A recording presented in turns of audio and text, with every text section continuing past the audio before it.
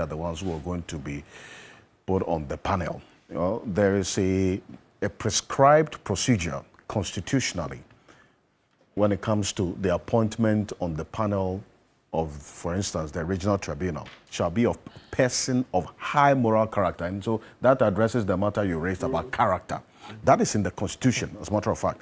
That person must be of high moral character and proven integrity.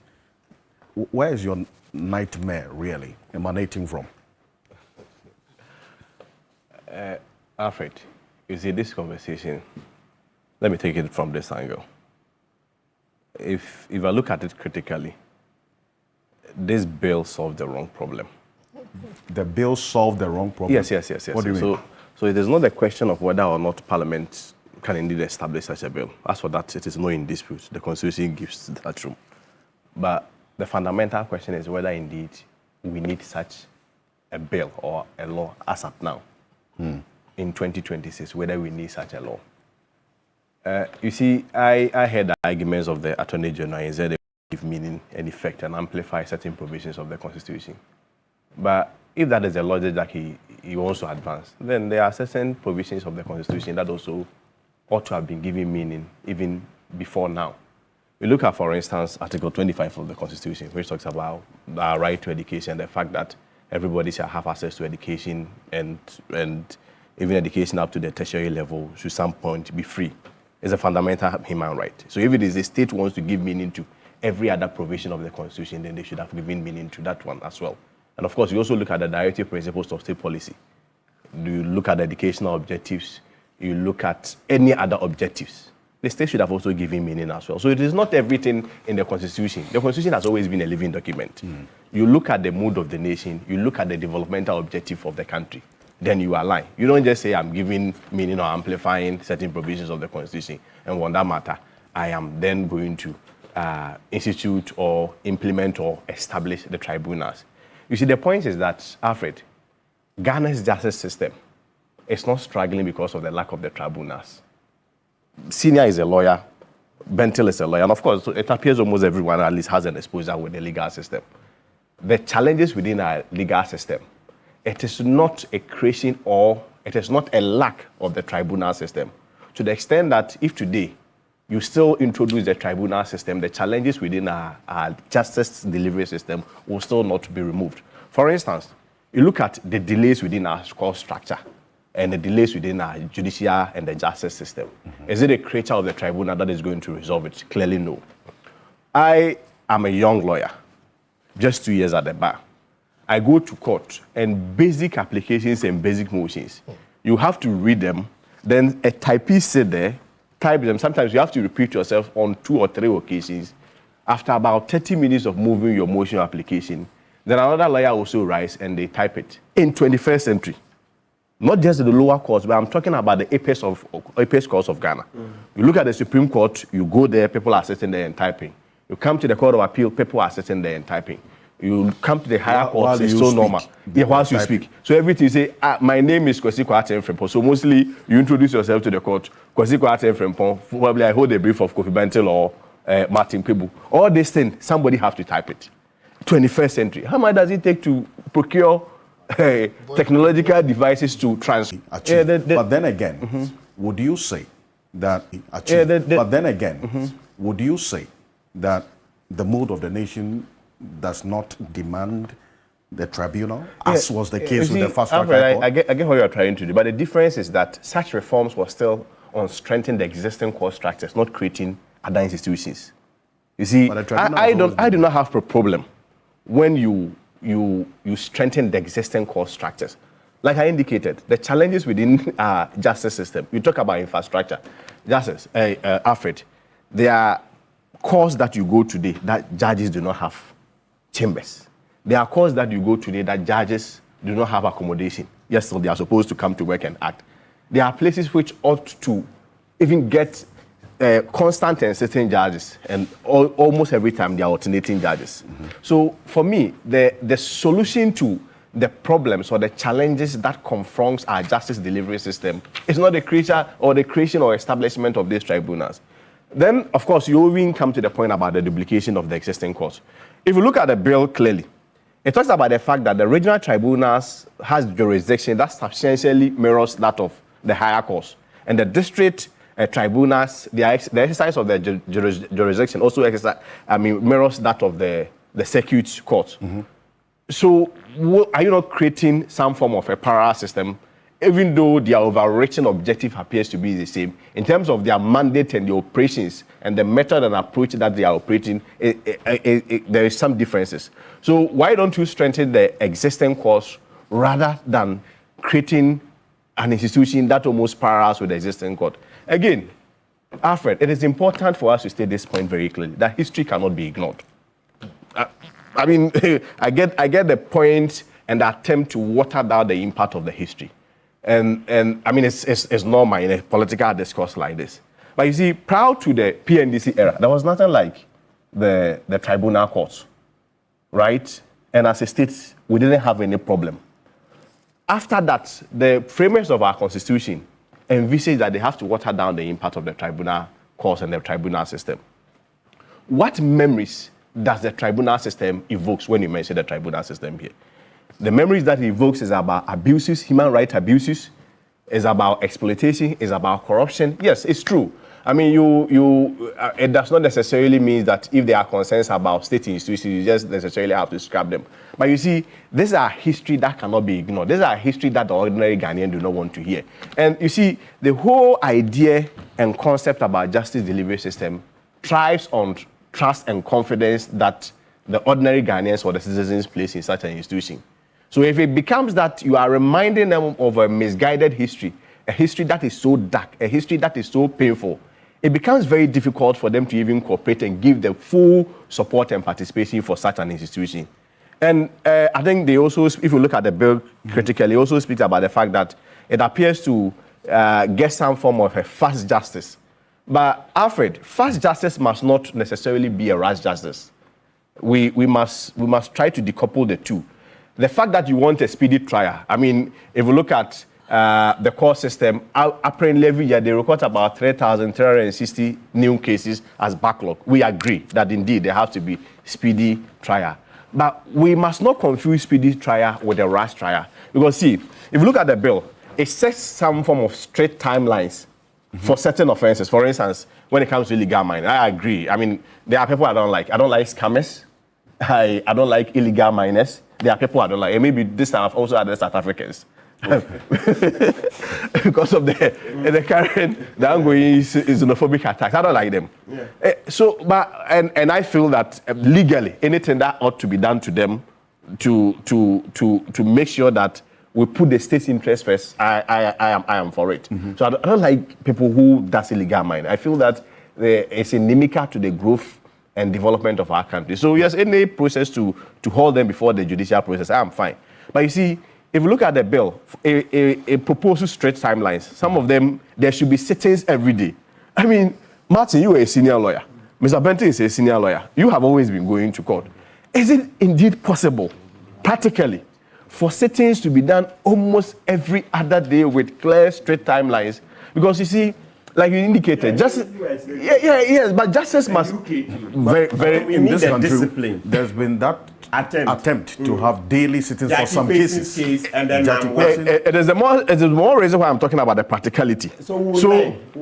Yes, but you see, when you are learning and you want to achieve speedy trial, you must also be careful not to sacrifice us at the altar of a rush process, because there is a hallowed injunction that Article 19 places on the accused person or any suspect that he is presumed innocent until proven guilty. And I mean, we've seen what is going around, where bail conditions are sometimes being capricious, the discretion on bail conditions are being abused. And so if you are having such a justice system where largely, especially, I mean, I'm not even going to I think it even forces me to my next point on the participation of the lay people. I think when Senior was talking, he downplayed the essence of the lay people. You see, our problem is not... he didn't downplay. I don't think... He actually acknowledged the importance of lay persons or mere mortals taking part. Yeah, but if you look at this bill, the extent of their participation... It is the extent, not just their participation. Yeah, for me, it is the extent of their participation to to make decisions on criminal matters. And if I appear before someone at the regional tribunal, at the district tribunal, to make a decision on a criminal matter, mind you, it's not only a matter of whether or not deciding whether I'm guilty, but you see, that person obviously ought to have an understanding of even a certain constitutional and fundamental constitutional right that I hold. For instance, this whole presumption of innocence, and properly so called what it means. You read judgments from even judges. You read pronouncements and presentations from senior even lawyers, and you realize that this one, I'm sure there could still be room for improvement. And I don't know where we are rushing to. Okay. When we want to sacrifice, let me land. When we want to sacrifice everything at the altar of expediency, that we need to bring lay people, I think we should be very minded with the extent of their participation. And most importantly, we have also not even looked at the cost-benefit analysis when it comes to this conversation. Okay. If you believe, if I'm a banker, right, and I'm a CEO of a bank, and I own a bank in Ghana here, and my KPIs is, for instance, to achieve this level of goal within a certain time frame, I will be more interested in the method and approach in achieving my KPIs and my target, rather than necessarily just establishing branches. I think that's what the NEC is trying to do. Well, let's build more tribunals. Let's introduce more tribunals, instead of strengthening the current cost systems that we have. Okay. It's going to bring costs today, as I said to do, Alfred. You are going to, or the financial implications that you are going to use in establishing tribunals, you are going to, or the financial implications that you are going to use in establishing tribunals, you channel it into this one and strengthen them rather than going to have a new. You wanted to quickly. Yes. So, what would he say about the fact that the current jury system we have is the jurors who convict a person to say death when it comes to murder?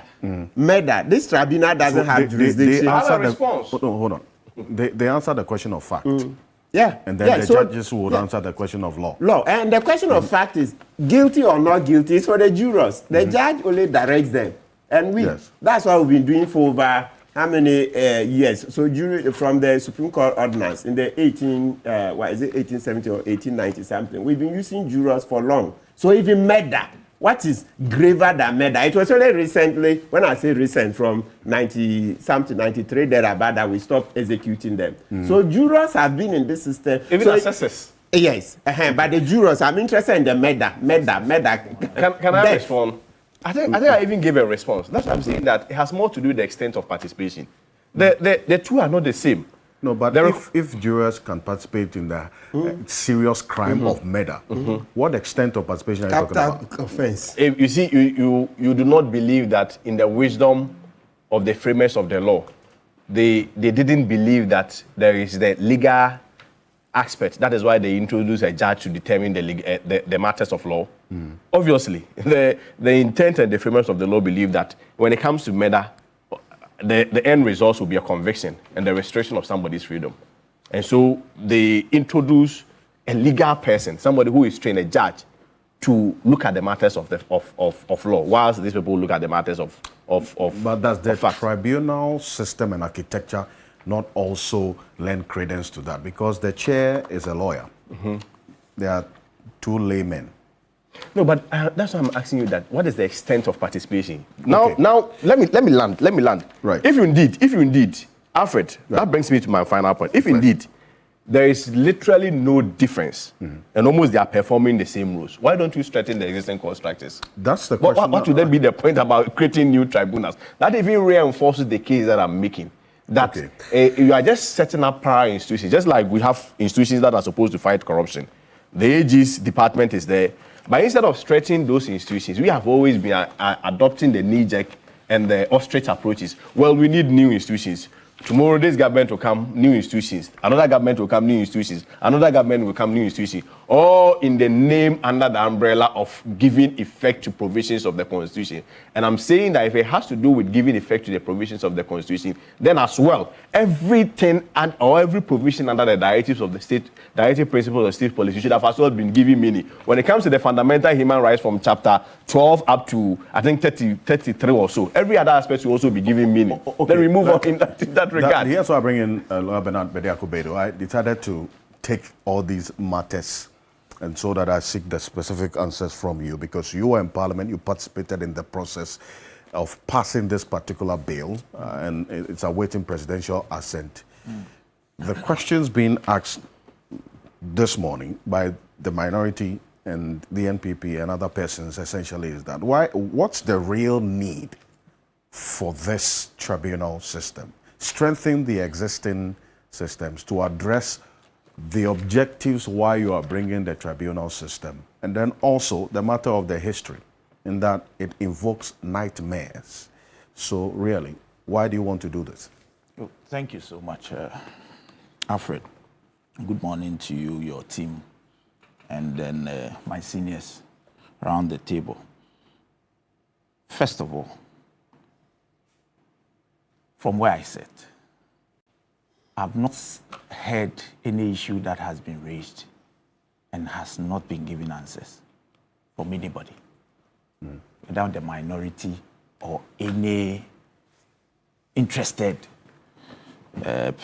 person in this whole matter. Because there are no issues, as far as I'm concerned. There are no issues At all. And I'll prove it to you. The problem is that there is no problem.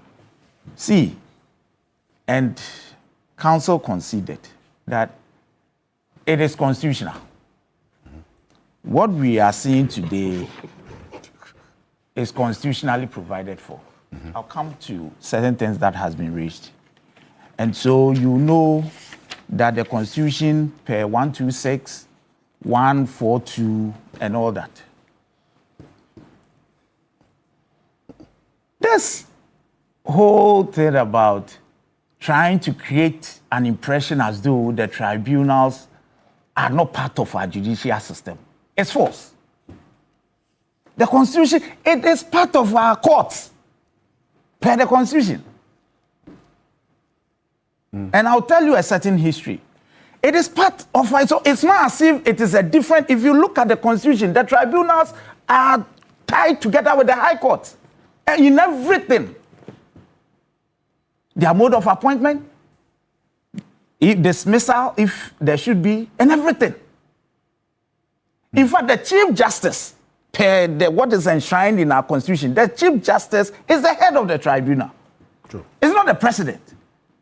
So I don't know where this whole thing is coming from. We try to make it as though the tribunal system is a different set of whatever. It's part of our courts, as the Constitution says. We don't have time to go into it. But if one wants me to read it subsequently, I'll do it. No, so Now, this is the Superior Court, that's the Supreme Court, the Court of Appeal, the High Court, and the Regional Tribunal. it is part of our court, so you don't decouple it. It is part. According to the Constitution, it's not been repealed. That is what the Constitution tells us. Now, look, I have here, and this fear, the so-called fear. See, the tribunals as we have, or we had in the Constitution of 1992, is not the same as the tribunals we had under the PNDC era. It's not. And that point must be made at all. What's I the have difference? before, What is the yes, I'll difference? tell you. This is a copy of the report of the Committee of Experts on proposals for a draft constitution of Ghana. This is the foundation of the constitution we operate with. Now, if you read their comments or their report on the tribunals, if you have time, permit me to read this. It's very important. A lot of things has been said out there. I don't know where they came from. Please listen. Now, that is 266. The committee has carefully considered the issue as to whether the retention of the existing, and don't forget, this gave birth to the Constitution. So there was an existing tribunal, and they were to consider whether to keep that existing tribunal as it was then, or to do something about it prior to the 1992 Constitution and beyond. So whether the retention of the existing public tribunals would be compatible with the constitutional principles enunciated above with respect to the judiciary and the administration of justice generally. The committee's conclusion is that whatever the merits of the tribunals, they cannot be exempted from the general regime of the administration of justice inaugurated by the Constitution, which is anchored on the final judicial power of the Supreme Court. The citizens of Ghana should not be subjected to two parallel systems, because what they had before, just keep your mind on that. Yeah. What existed before the 1992 was like two parallel, and that is what they have sought to invent into this discussion, which is not the case. What we have now, and so you hold it. Now, it goes beyond and even talks about the United Nations Declaration on Principles of Independence. They quoted it and what it says. But this is the report, this is their conclusion. It is therefore considered, a lot happened, but I can't read everything because of time. It is therefore the considered opinion of this committee that the public tribunals cannot be retained in their present form. The committee considered whether to integrate the public tribunals into the existing traditional court structure to retain them, but subject to the supervisory jurisdiction of the superior courts. Right. After careful consideration, the committee opted for full integration as the most effective way of assuring the above-mentioned constitutional principle. The committee believes that this is the right approach. A lot is in there if anyone wants to read. So that is how come we had this.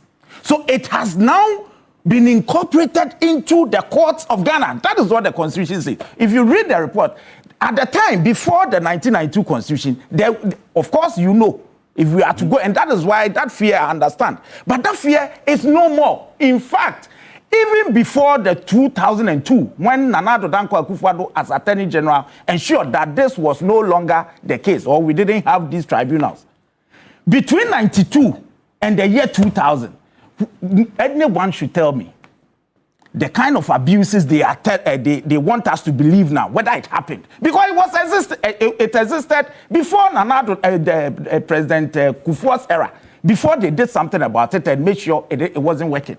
Do you understand the point I'm making? This was in existence. After the 1992 Constitution, it was still in existence.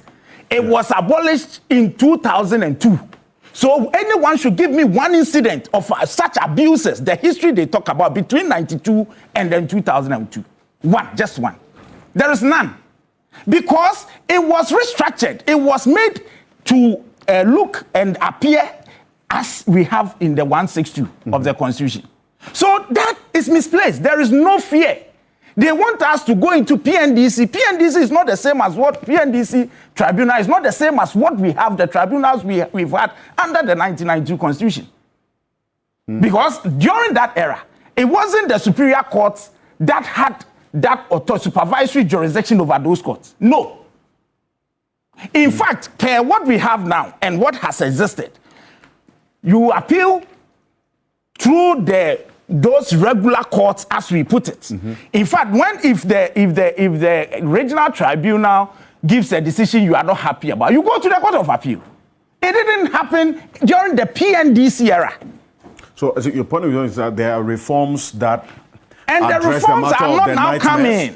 The Constitution of 1992 took care of that. There was no fear. It was just politics. Let me be blunt. Really? I'm saying one should give me, anyone here should cite one between the year 1992 and 2002 when Nana Addo Dankwa Akufo-Addo and President Kufuor made sure they abolished it. One of such abuses. One. But does the mood of the nation now?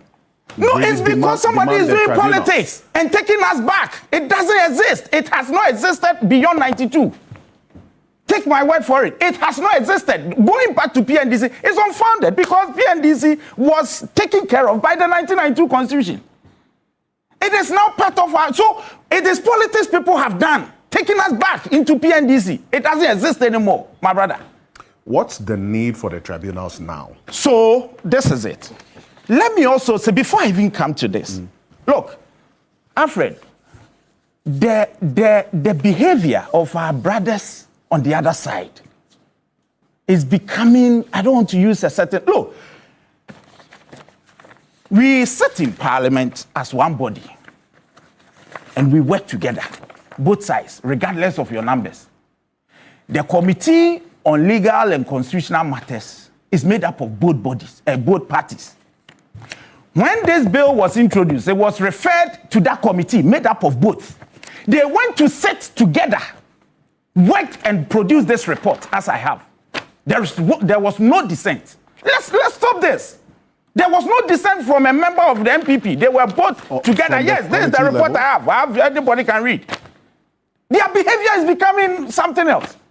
You sat together and came by this. You are talking about day to day. The proposal here, because you don't have the final document. It's been, I wouldn't say amended, because it's been changed. And then the committee recommended that it should be expeditious. So we've taken it out. When the final document is out, you will see.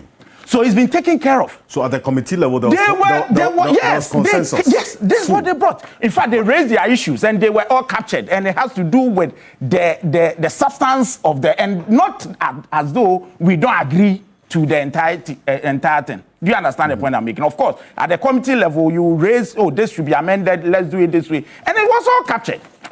And the thing came to the plenary and you are behaving as though you've never heard it. What sort of behavior is this? That is the hypocrisy I always talk about. You were part of this is the report. Anyone wants to read, this is it. On the bill. You did the work together, and then you came and you said, we don't want it. What happened to the committee? Why didn't you raise it there? Why were you part and parcel of the process? Why didn't you work out then? And the things we are hearing, I'm a bit surprised. Look, see, they are talking up. So as for the fear, it's unfounded, completely unfounded. That's one. Now, look, and that is why I said, in fact, this thing about, even with the fear, Nana Addo Dankwa Akufo-Addo as Attorney General at the time, in Sunyane, at the Bar Conference in 2001, talked about this tribunal. That's where he gave a clue that they will abolish it. He never cited, because it didn't exist, he never cited that so-called PNDC thing. Okay, quickly, permit I want you to strengthen the argument. You see, culturally, we have this thing. It's not just, and that's very serious. They tell you that when you cure a madman, there will always be the residue of madness that he can use to intimidate people. So when you say it's unfounded, it's too extreme. That one is there. When you cure a madman, there will always be a bit of the mad.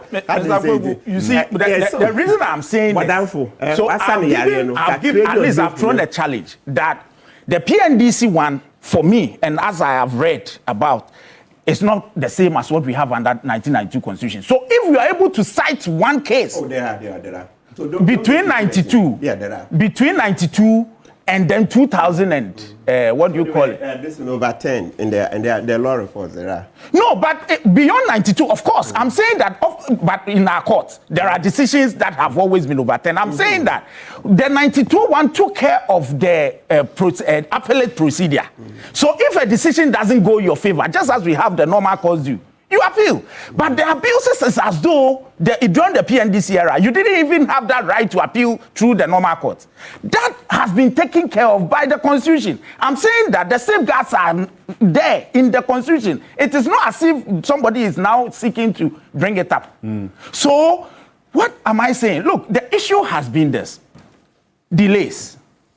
And we are talking, and like Nana Addo Dankwa Akufo-Addo as Attorney General, what I said, all he said was that it's expensive. He never made mention of PNDC 10 because it didn't exist. In Sunyane, go and read the statement he put out there at the Bar Conference. You see, so the issue is about delays. And if anybody tells me that there will be power, there's nothing like power. Okay. Indeed, this tribunal is going to deal in criminal cases only.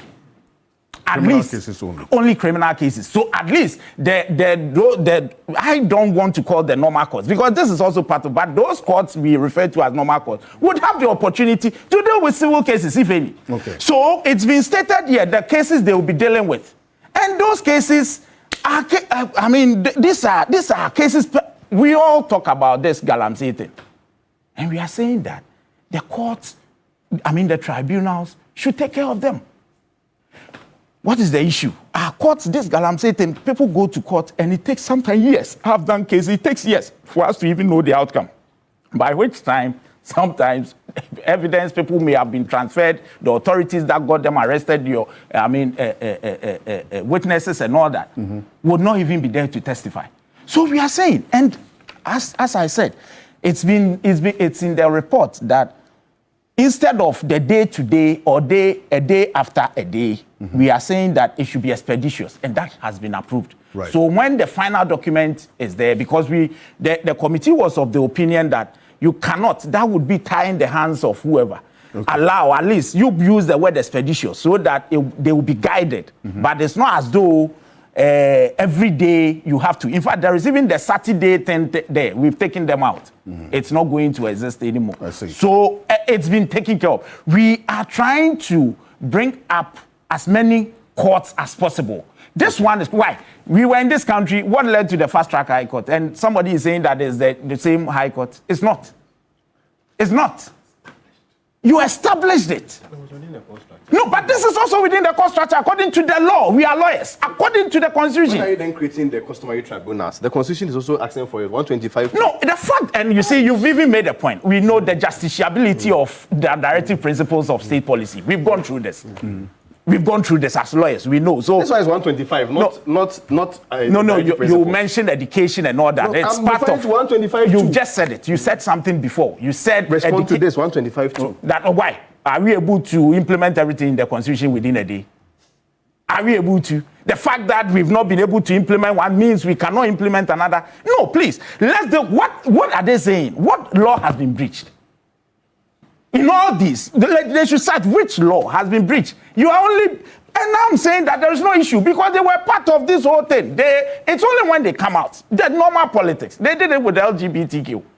If their report is here and they are listening or watching, they should tell me that they never participated in the work that eventually came to Parliament. I see. Now, thank you. Hold on to that. Let me bring in Professor Ransford Jampo, because this is not only a matter of law, it's also a matter of governance as well, because Kwesi Kwarteng referred to the mood of the nation and the demands of the nation and why the need for a tribunal at this time and what exactly is going to really serve. Is there? Change. Is that, pardon? And change. What is it going to change? What's going to serve and change, yeah, in our justice system. Prof, let me. You want me to answer? I'll come to you on that, please. Prof. Thank you very much. I think that I've enjoyed the expositions of Bernard and Martin on this. Please, let's stick to what you sent to us prior to we coming to do this program. Let's stick to it. You know what I'm talking about. So Martin has been unnecessarily interjecting. Oh, keep quiet whilst we... Okay. All right, so you know that there was a promise to recover all loots in the lead up to the 2024 elections. There was a promise to ensure that we fast-tracked our administration of justice, and we've always had this belief and cliche that justice delayed is justice denied.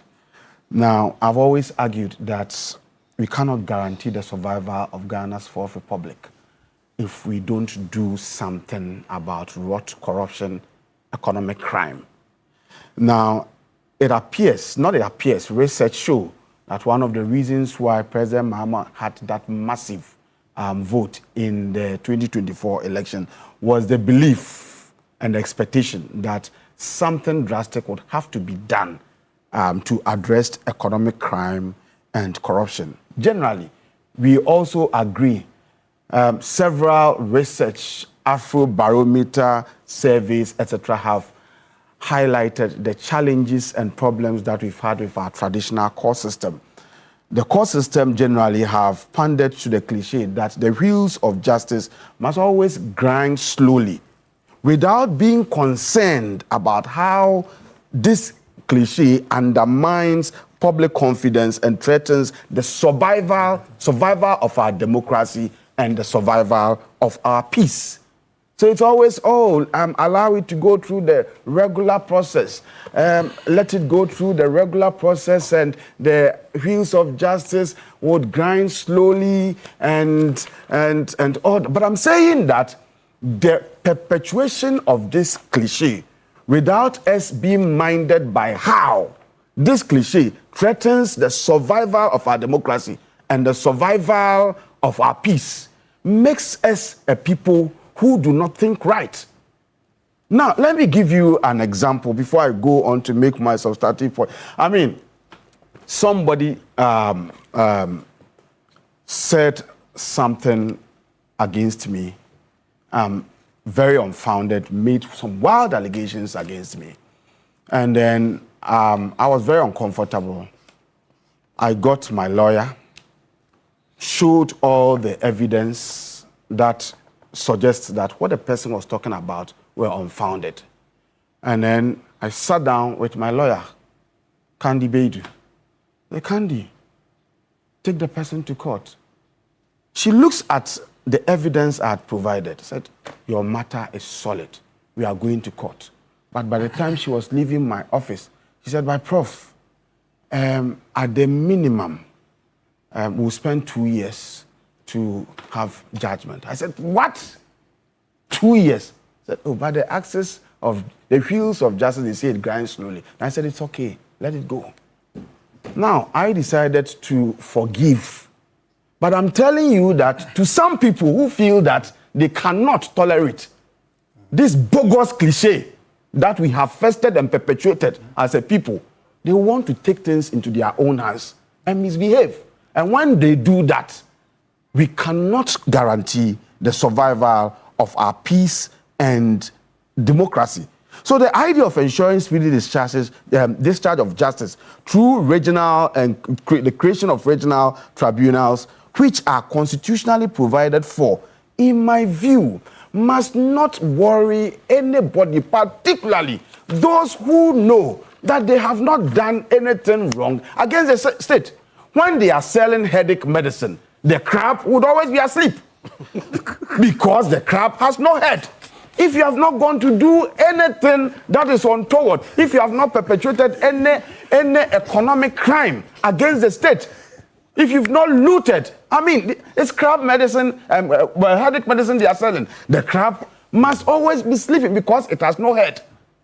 Look, as for you see, there are arguments. You see, the point is this: there are arguments for and arguments against the attempt to or the establishment of these tribunals. Mm-hmm. But in my view, so long as these tribunals do not sin or are not sinful against the spirit and the letter of our 1992 Constitution, and so long as they have specific focus to tackle corruption and not generally issues of human rights, then the government, as I've always argued with some people, has the mandate to go ahead to do what is right.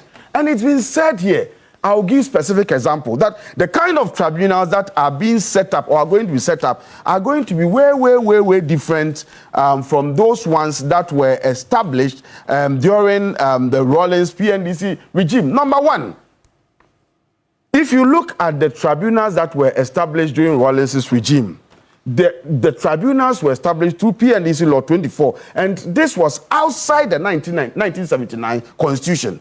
But the current ones that are to be established, they find their roots in constitutional provisions. So Article 142, 143, etc. of the 1992 Constitution have been used, have been mentioned. If you look at the scope of the tribunals that operated during the revolutionary times, they had broader scope of dealing with criminal issues and then also dealing with political issues. But the scope of these ones to be established are narrow. They are talking about economic crimes and corruption. Then you can also talk about the right of appeal. During the PNDC times, the tribunals, once they convict you, you didn't have right to appeal. I'm thinking that, you see, they were taking inspiration at that time from the Athenian court system. Athenian court system was tried by jury. And when you are tried and then you are found guilty, you could not appeal because they believed that the trial itself was done by the people themselves. And if all the people themselves have agreed that you are guilty, then you didn't have the right to appeal. I mean, that was one of the challenges of that Athenian court system. Mm. But in these current tribunals that are being established, you have the right to appeal if you think that things have not gone well with you. And then, in terms of human rights, the PNDC tribunals, there were limited safeguards to ensure that human rights were protected. But here, the ones that are being established, it is talking about, you see, just constitutional cases, and then there are fairness principles, and it has safety nets to ensure that human rights are not unnecessarily abused. In terms of composition, in the PNDC era, it was often non-lawyers and PNDC appointees. But in terms of composition of what we have, the sentiments that have been expressed do not, I'm sure, will be taken on board. But if you look at how their provisions are in terms of composition, number one, you have a lawyer. Okay. And the rest of the members can be lawyers too. They have not said that once you have a lawyer, the other members should necessarily not be lawyers. They could be lawyers, they could be non-lawyers. But the point is that if we have an appreciation, or if you have confidence by trial by jury, okay, which I've always insisted and argued that sometimes it is better for your own people, your own colleagues to trial you, because they better. I was giving an example. If we are all here and then somebody does something that is wrong, and then we are asked to trial the person, we appreciate, and the person is one of us, we appreciate the conditions and the circumstances and the context, okay, within which the person committed a crime. You send it to a judge who is far, far, far remote from the context and circumstances. He's not able to better appreciate. So my point is, if your own people tell you that you are guilty, then you are truly, guilty. And so if we know or we encourage trial by jury, then we should not, as a people, all of a sudden be arguing as if other people who are not judges or they are not lawyers sit and they comment on your conduct, then necessarily they may be wrong. There may be, last but not the least, we should know that the previous tribunal operated under a military-stroke revolutionary era. The kinds of tribunals that are being proposed now are going to be operated under the fourth Republican democratic practice. So I want to say again, that's, well, sometimes it is good. I like what Martin said earlier, that if there are fears, we should be minded by them, so that as we go forward, as we prosecute this agenda, we ensure that the fears are not allowed to manifest. But if you look at the differences between the tribunals then and tribunals now, then I can agree with Bernard that the fears may not necessarily be well-founded. Okay. And it is part of us, our political gimmicks and game that we play in Ghana, that the opposition must always oppose. And look, and I keep saying that as the good people of Ghana keep learning, we cannot also always continue to be insulting to their intelligence. Okay. Bernard is telling me, is telling all of us, that this thing that we are here talking and we want to split hairs about, this thing evolved or emanated from a bipartisan discussion, okay, at the committee level. And so how do you send your people to go discuss this, and then they all agree, they churn out a report, and then you come in the public, and because you must always oppose, you want to oppose for everybody to see that you oppose, and you think that the good people of Ghana are not learning. The last time that I heard some good, positive public commentary about the opposition was when we heard them directly giving orders that, look, President Mahama has declared that we should all participate in a certain national cleanup exercise, and the opposition had not opposed, but had also instructed that its members must participate. Okay, thank you. And I heard public commentary about that conduct of the opposition, and that was positive. That so they are not always there to be opposing.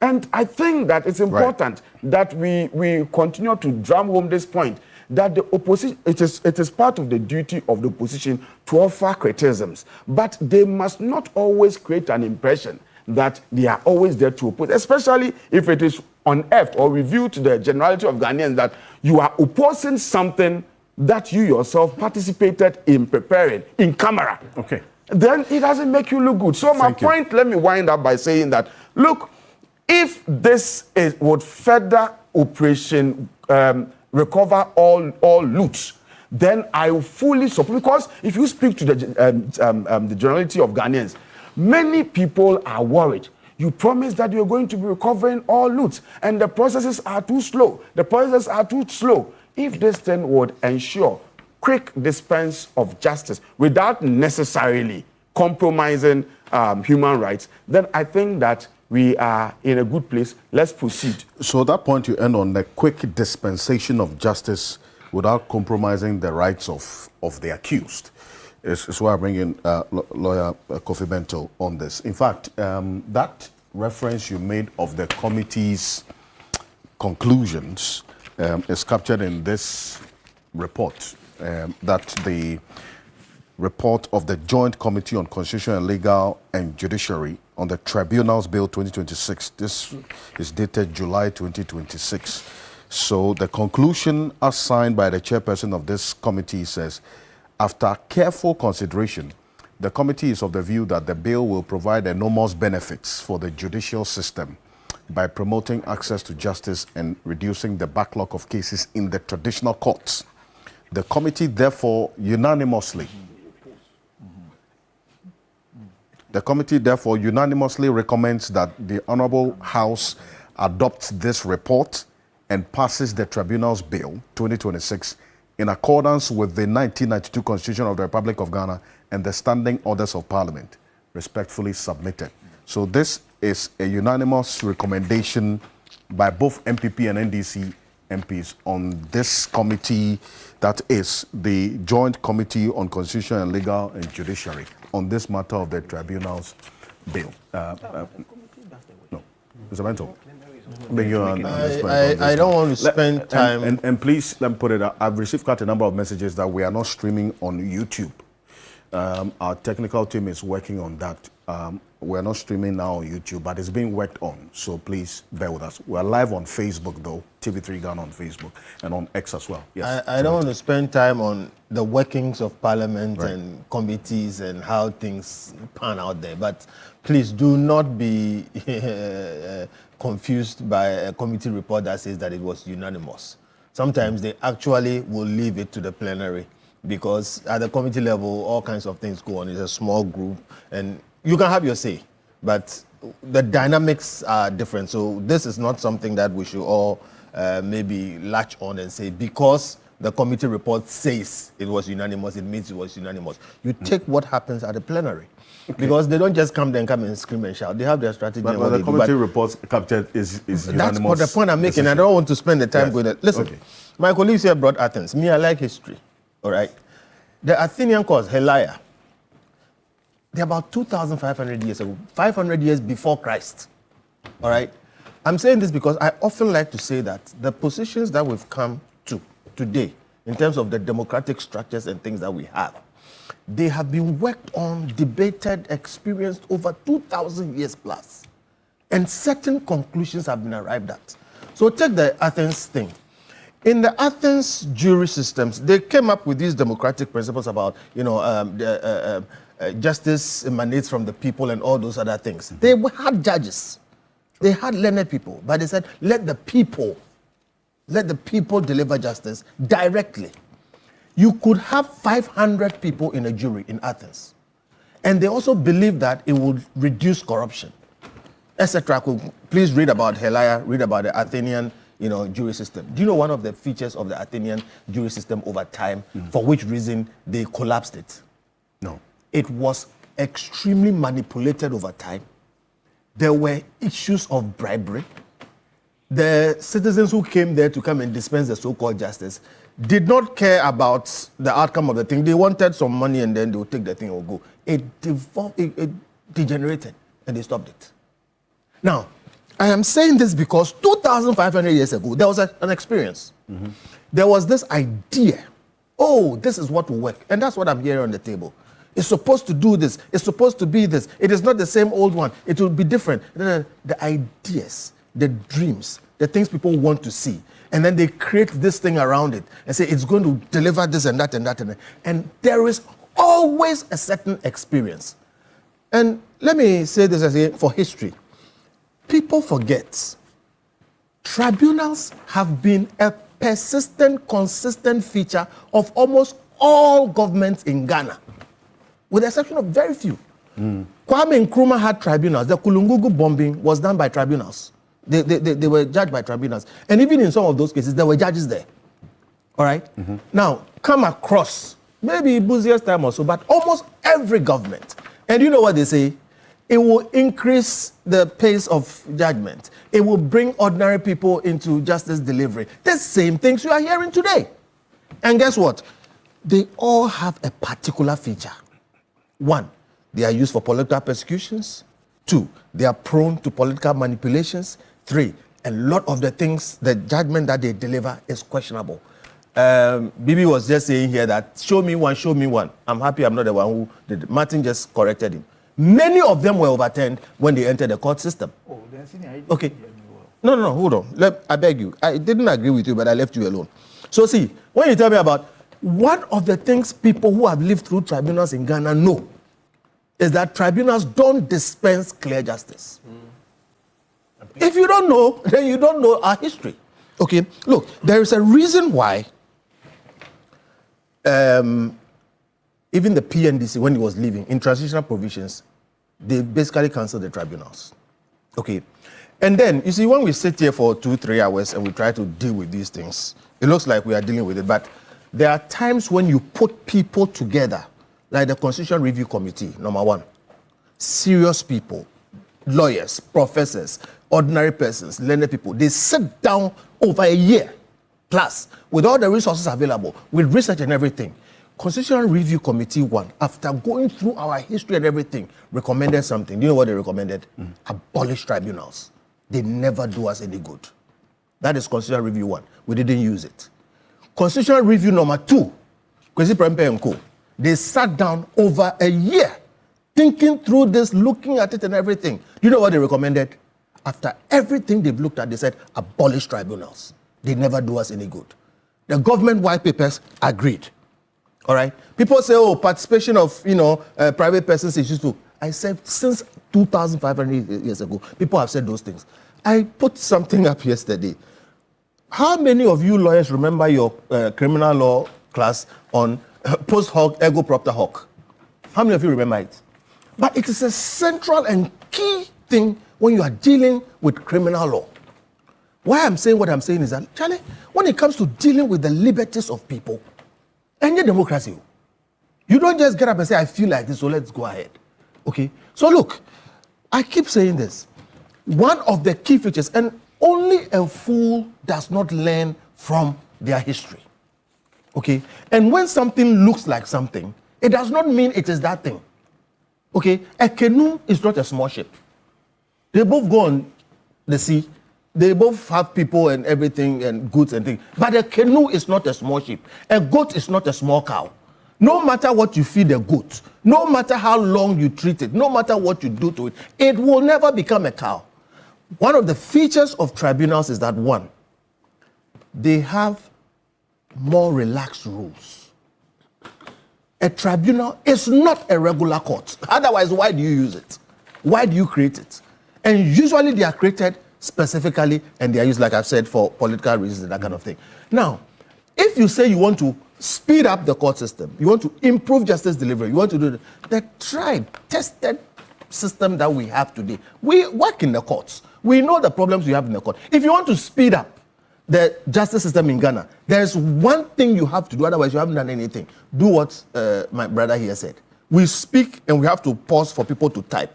When today, every average smartphone can do voice transcription. And we've spent millions of dollars in IT in the courts. I have a project, I've submitted it. It can be done.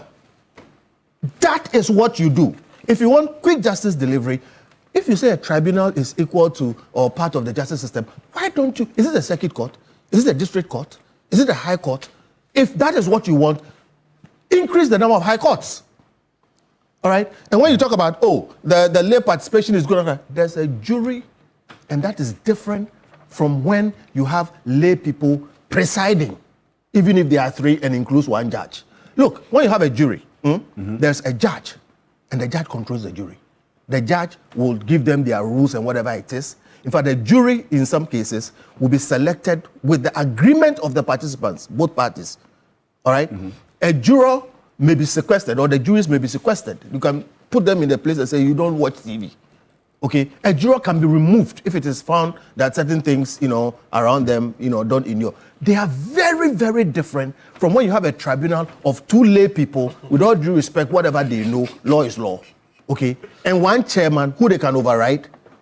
All right? And then they are calling the shots. Like I said. So you said they can override the chairman's position? If it comes to a vote and there are 3 people and only one is a lawyer, they can vote him out. And sometimes when it comes to the decision making, it comes to vote. Okay? So I say, sheep small boy is not canoe. A goat is not a cow. It may look so. And you see, my worry is, we have been through this over and over and over and over and over again. Today you come and tell me that, it's part of the Constitution. It's part of the Constitution. Look, it is part of the Constitution that within a certain time, we must make education free. Within a certain time, we must create disabled access for all people. These are crucial things people need. And if you talk about disabled access, it is something we can do. We should have done by now. When you travel elsewhere, people are in motorized, wheelchairs in town because there are sidewalks. Today, you go to government buildings, there are no disabled access. Is this your priority? Is this your priority of all the things that we can do? Is this your priority? I have no doubt that just as we've seen since Athens 2,500 years ago, and every tribunal system we have had in this country, if this is done, it is done simply because, 1, they have lax rules. The rules are not as strict as the normal courts. 2, they are prone to political manipulation, and they will be politically manipulated. I don't think they are going to pick Kwati and put him there. All right? So see, we should appreciate the fact that if we want to build a country, we need to build it for everyone. Okay? Today, the opposition is on one side, and they are saying, no, don't do it. I worry that if they do this, power changes hands. We have seen things that the opposition said we will abolish when we come. They come and they use it. Okay? Let's build a country we will all be comfortable in. As for the speed of the justice system, from England to everywhere, when you are the accused and you are the one whose liberty is at stake, you appreciate the fact that it is useful for the wheels of justice to grind slowly. Nobody likes it. Okay? So please, we can do a lot to speed it up. But to speed it up does not mean take out certain parts, put people on a railroad, and just move them in. Okay? So please, when we talk about, look, the people who have the power today, they will do what they want to do. But they must be minded. And just the way they have cited examples, I am telling you as a matter of fact, there's a history of tribunal. Check every one of them. The 2 things you will find is that their rules are more relaxed than the normal courts, and they are prone to political manipulation. And often that is what happens. Would you not say that the framers of the Constitution were minded about some of these weaknesses you talk about, reason why they put some of these provisions in there? Good. For instance, to check the appointment onto the panel and so on, the criteria, and also what is expected to be of high moral character, proven integrity. These are requirements for even appointment onto the Supreme Court, is it not? Okay. Good ideas don't implement themselves, and talk is cheap. When you say high moral character, who determines that? Okay. Was King David a man with high moral integrity? King David. God himself said, David is a man after my own heart. Was he a man of high moral integrity? The person God says is a man after my own heart. Was he? Who is the mother of Solomon? Okay, so you can say some of these things. That's number 1. Number 2, again, some history. History is this. Do you know the people who sat in the Consultative Assembly and passed the 1992 Constitution? Do you know that the lawyers boycotted it? Are you aware? The PNDC people who did tribunals, who later in their transitional provisions annulled it, okay, sat down and wrote this Constitution. And the lawyers boycotted it. So they put their things inside, all right? And I've told you that not 1, but 2 review commissions have sat down, take a look at this, look at our history, and concluded that let us not do this. Okay. In the Bible, It says all things are permitted, but not all things are useful. It is a bad argument to say it is in the Constitution, so let's do it. Okay. Learn from your history. Otherwise, you are bound to repeat its mistakes. Justice Abdullah, it's right that, I mean, we've argued it over time. This is part of our constitutional system. The position Kofi Bento takes is, it's not really everything in there that would have to come to fruition.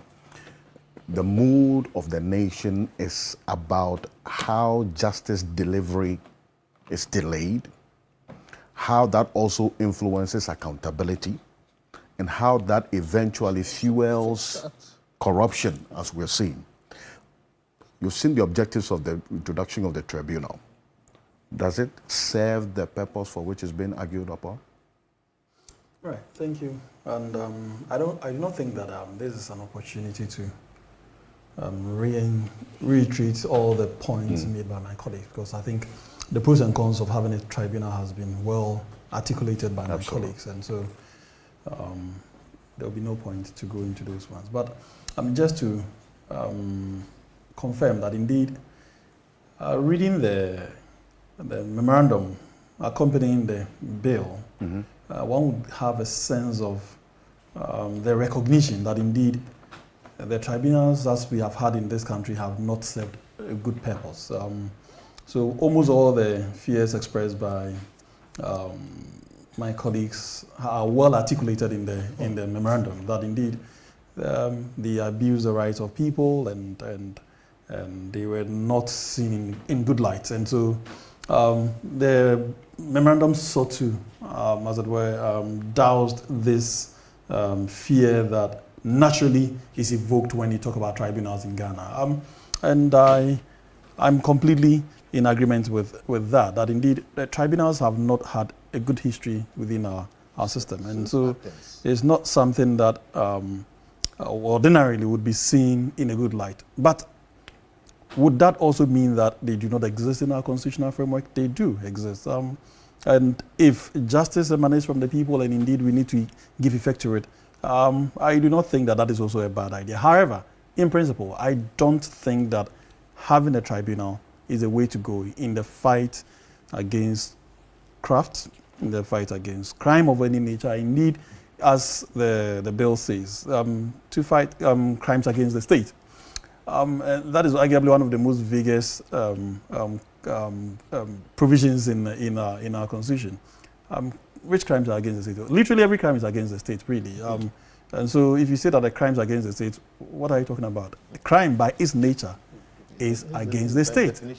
That is the definition of a crime.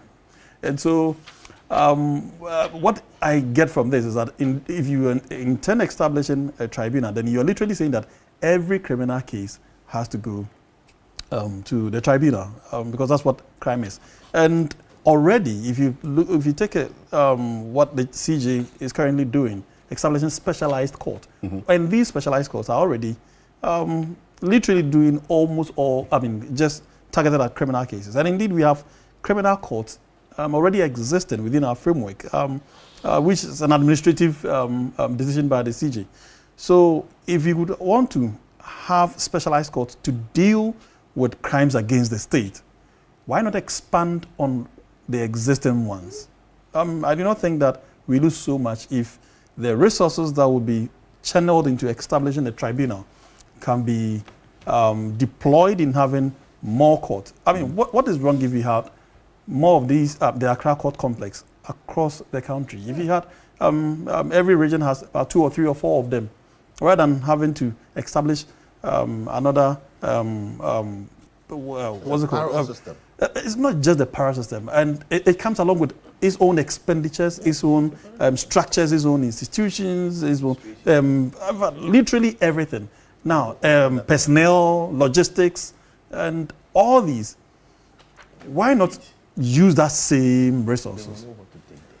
Mind you, we already have Kofi and Kwesi talk about typing and all of that. Trust me, the problems within our judicial system goes way beyond typing. The problems are the basis for having now shift systems, afternoon court and morning court. Why? Because the infrastructure doesn't exist. And I'm talking about physical buildings. We do not have buildings, enough courtrooms. We do not have enough judges. We do not have enough staff. We do not have enough logistics. These are the biggest of our challenges. And every time we seek, in fact, if you check the history of our judicial system, the only time we had arguably the most expanded was within the last couple of maximum 10 years. That's why we had an expanded, and Enim Yeboah did a lot of work in the expansion of the judicial system. These district courts and circuit courts scattered all over Ghana. A lot of them started from Enim Yeboah's time. I know Judge Nawood probably also started with a bit of it. And so today, you no longer have every lawyer waking up and all of us like ants trooping into the same space. In the past, everybody would have to get up and go to Cocoa Affairs. When I became a young lawyer with Kofi, when we got called, everybody was going to Cocoa Affairs. I'm sure most people will not know what Cocoa Affairs is today.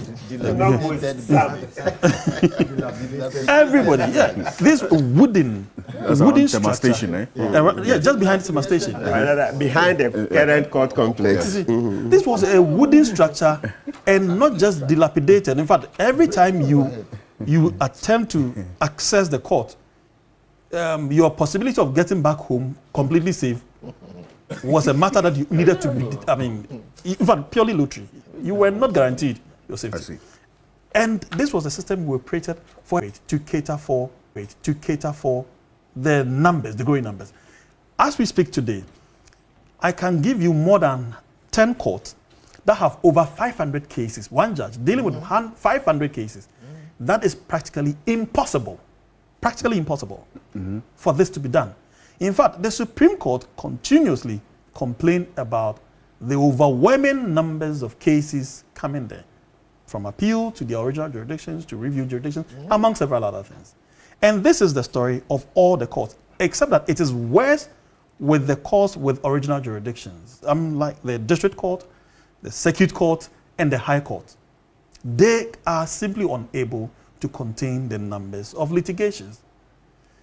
And if you really would want to solve the problem, I've already listed all the challenges. The infrastructural logistics, the infrastructure, other logistics, and the personnel, among several others. And indeed, the issues involving emolument, almighty emolument. All these continuously exist to hunt us on daily basis. If you have the resources to better equip our court, if you ask Justice Abdullahi, my recommendation, why don't you look at this? Because all of us are victims of this. All of us. This is not an NDC or an MPP issue. This is a Ghana issue that every single Ghanaian is suffering from. And until you are confronted with one, Prof. Jambo talked about 2 years of his case. I think his lawyer was being too kind, overly kind. Overly kind. Trust me, Prof. 2 years is like a birthday gift to you if you're able to finish your case in 2 years. Coincidentally, Martin and I did a case on the opposite sides. That case was a case that took us 32 years. 32 good years. Martin came to inherit, I came to inherit. I did for over 15 years. About 10 years. And we are only luckier. The person who took from Martin could not keep up. And luckily for us, we've finally got to the end of it. 32 years. 32 good years. In fact, there was a case I studied in law school. I came and inherited the case, and I left it undone. This is what we are dealing with. Yeah. And so, Prof, in your case, your lawyer was very kind because the case would have outlived you. And your grandkids would have probably inherited the case. Daughter. And this is the reality. And this is not a joke. But if we acknowledge that that's the problem, that's a challenge, right?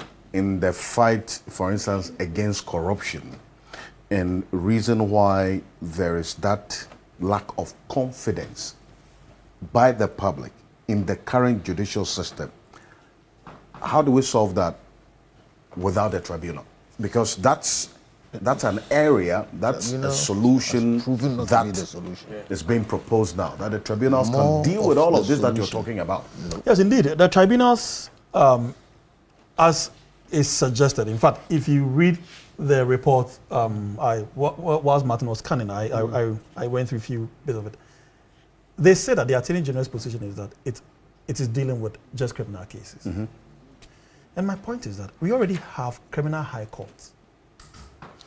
We already have these other lower courts, the circuit court. Mind you, the district tribunal is likened to the circuit court, not even the district court. So that if this is what we intend doing, why don't we have an expanded circuit court dedicated solely for fighting criminal cases? And guess what? This is just an administrative decision. You don't need logistics to do this. You simply have to have the structures existing, and by the CJ's fiat, this happens. You don't suffer to gain this. I mean, it's what Martin keeps calling a hanging fruit. I mean, just plug it. You don't need to throw stones to achieve that. So, all I'm saying is this, that the contest about whether the tribunals exist in the Constitution or not is not an issue. It does exist. The issue whether the tribunals have bad history or not is not in doubt. It's a fact. Whether or not it has a changing face, changing name, changing clothes, does not negate the history that it has. That you cannot, there's no flowery language that can change these matters. Does it evoke fear? It does evoke fear. I mean, do you necessarily address these fears simply by renaming them or having a different nomenclature for this? I do not think that is even necessary, because you do not need to reinvent any wheel when you have an existing wheel fit for purpose that can be expanded to achieve the very objective that the tribunal is seeking to achieve. Okay, Lamat, bring in. Justice, just to make the point that, you see, and as we try to shape the conscience and consciousness of people and shape public discourse, you must also be careful about the way and manner we look at some of this. Sometimes I feel there's a tendency for us to, a coin would always have two sides. There are arguments for and there are arguments against.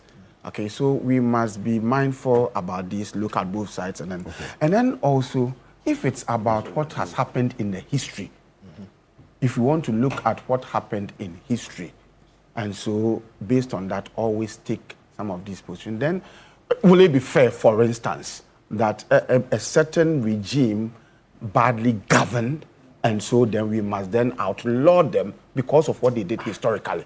It may not be fair, because things can always change. And then also in my submission, I tried to look at what the features of the tribunal then, and then the features of the tribunal now. And then I've also said, the fears that you are talking about, Martin has also, it evokes fear. But in a democracy, and if you are listening to ourselves, and we are willing to ensure that we do what is right, then we would ensure that some of these fears that are being expressed, even though in practical times or in practical terms, you can distinguish between what used to happen then and what's happening now, you would also ensure that the fears do not actually, manifest. So I am very much confident, and I think we should be more positive that if we will be able to, through this, ensure the survival of our democracy. Because like I said, if we don't do things radically for us to be seen that we are confronting looting and economic crime, and we are confronting politics and political corruption in a manner that serves as deterrence to other people. So now, yesterday, somebody was telling me something that, look, now it appears that if you look at the way and manner things have slowed down in the fight against corruption, or in bringing into fruition the oral, it appears then that the easiest profession, to get into will be to join politics.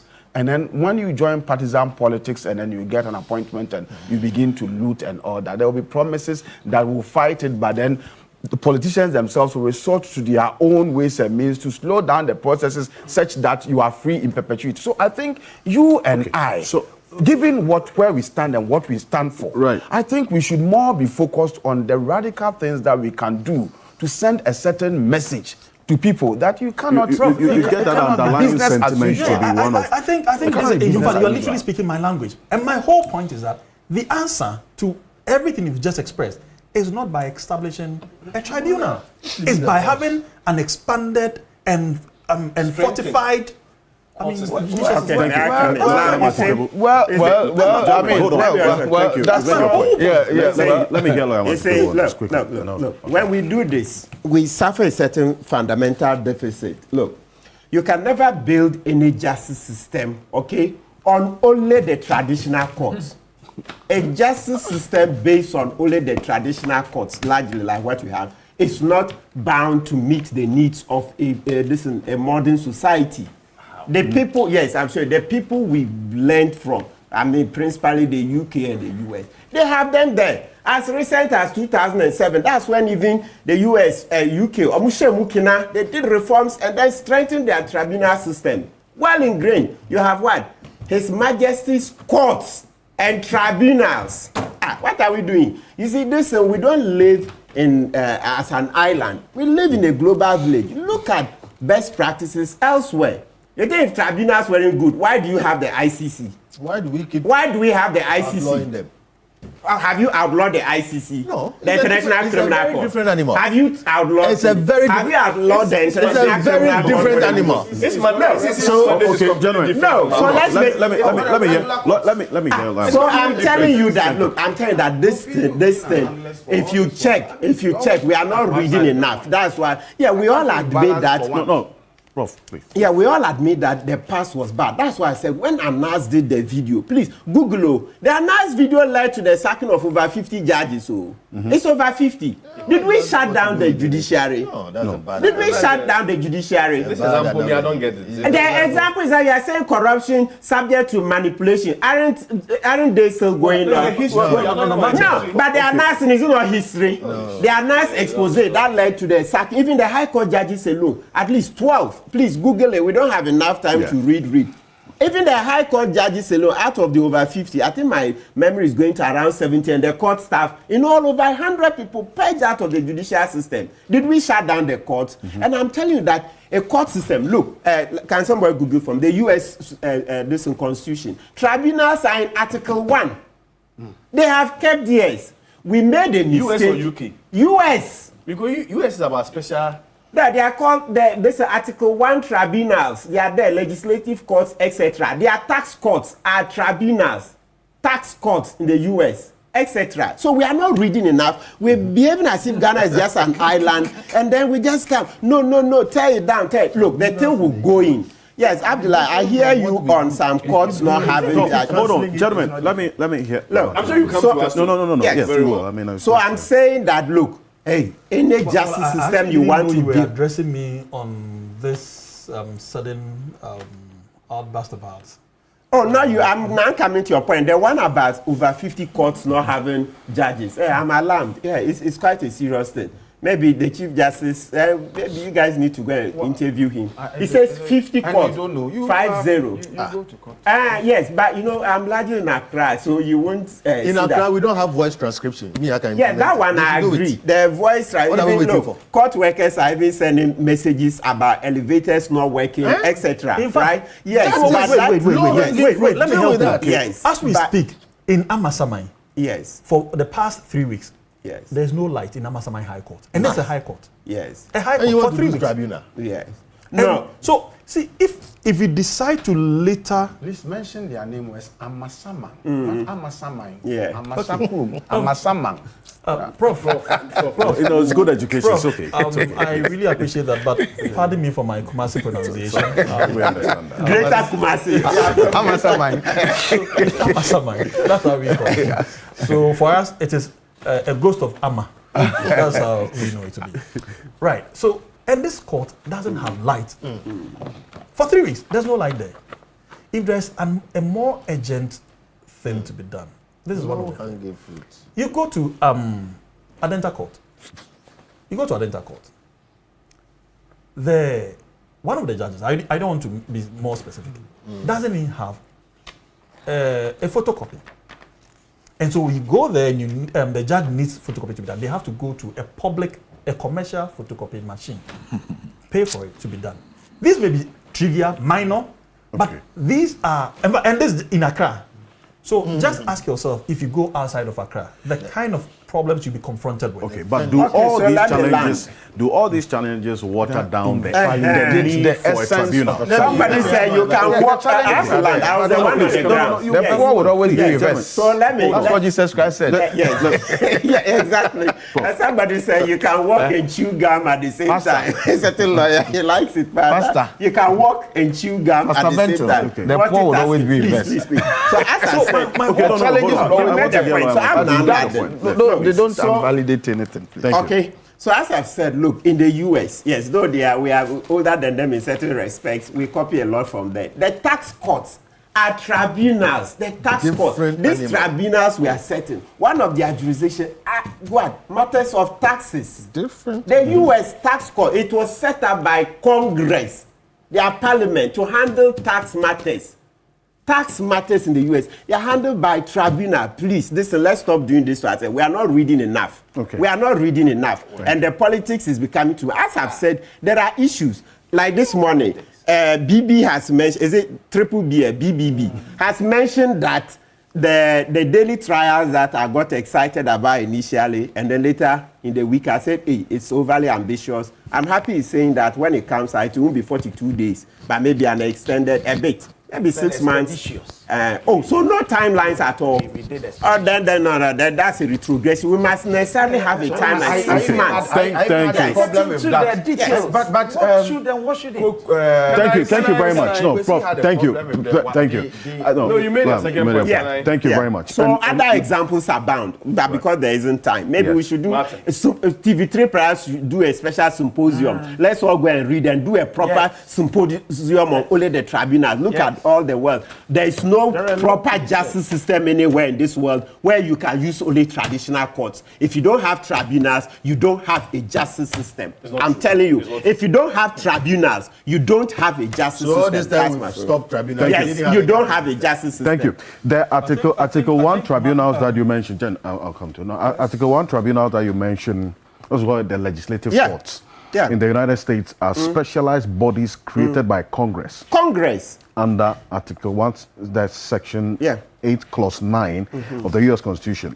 Unlike Article 3 courts, their judges serve fixed terms and lack protections against salary reductions. They go on and on and on, but essentially making the point. And currently we use tribunals for family matters. We have state courts and GRA courts. Yes. Also, yes. But they are not in tribunal. In the UK. No, I think when Martin talks about people not reading enough, I think it has to be properly situated, because guess what? We already have tribunals in different forms and shapes. So you don't, the fact that those ones already exist. Thank you. This is different. Thank you. We have tribunals in the US. Tax. No, in Ghana, you're not talking, don't go outside of Ghana. We have tribunals. Yes. It's okay. Thank you very much. So don't use all of you are tribunal. We already have tribunals. Thank you very much. Dating is a parallel system. Thank you.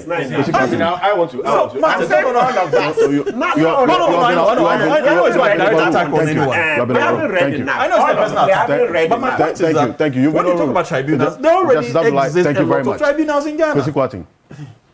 You see, I want to react briefly to what Martin said. Yes, because I'm in the UK. If you look at their justice, in the UK, if you look at their justice delivery system, they have solicitors and they have barristers. Different, yeah. Completely different, performing different, but as part of the justice delivery system. You don't have justice system.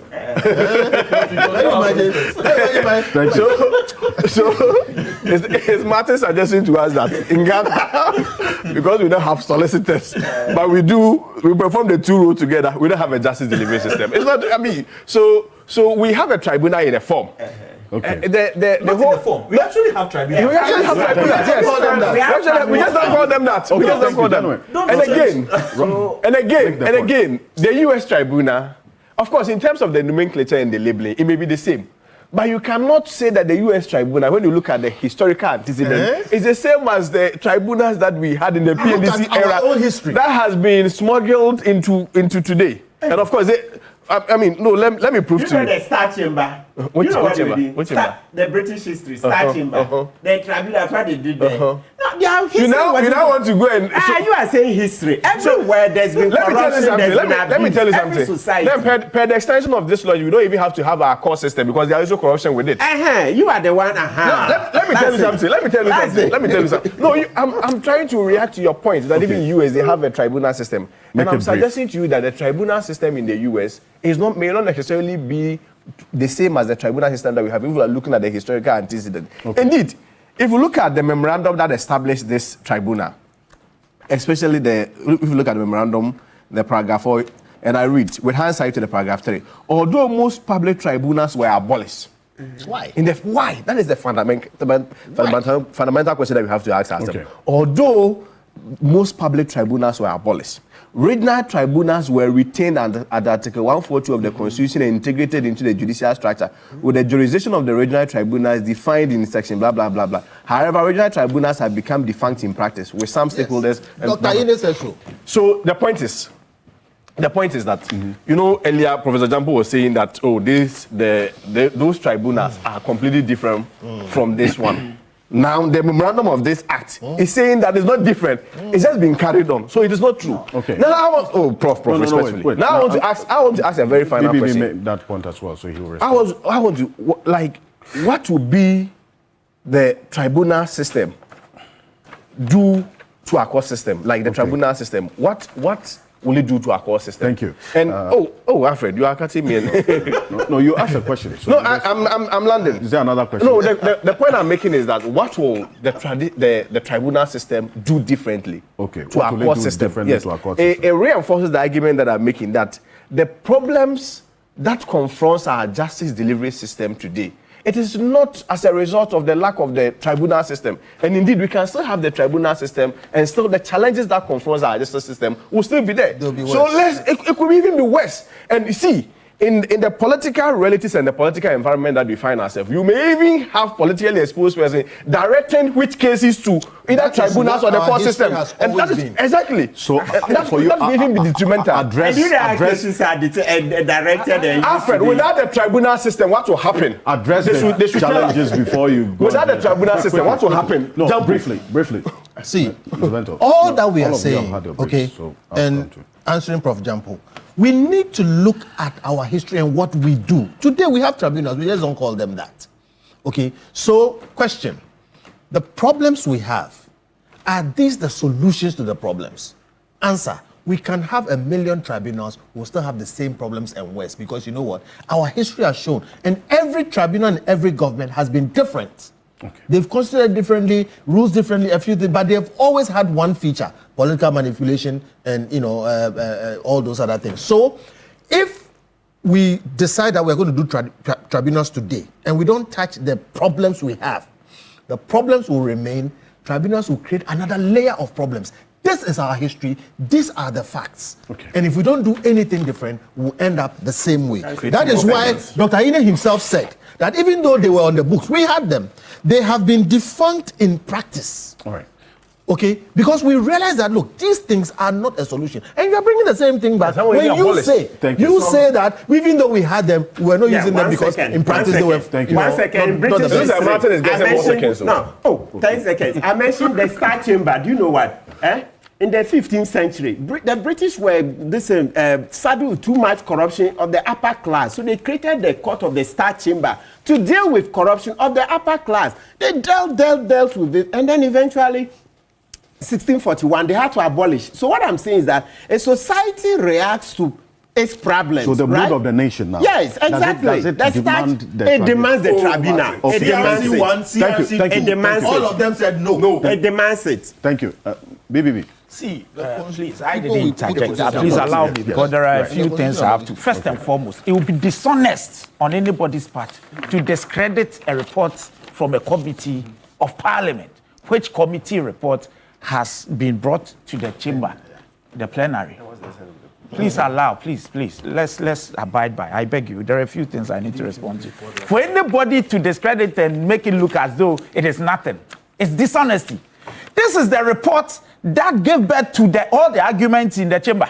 Without this report, you don't even have your say. It's a committee of the Speaker of Parliament who discredits it and says that it is of no use if the plenary does whatever. It will be dishonest on anybody's part. In fact, we are calling on our brothers and sisters. We are calling them out for their dishonesty. Because the committee, if you had a position as a minority caucus, the position includes working with this committee. In fact, there have been committee reports where the dissenting opinions are stated. If you dissent to anything, it is stated. So let nobody trivialize it as though it's nothing. It's so much. We have to call them out. It is very important. The plenary overrides. Okay. No, please. There is an importance. You see, I'm saying that it will be.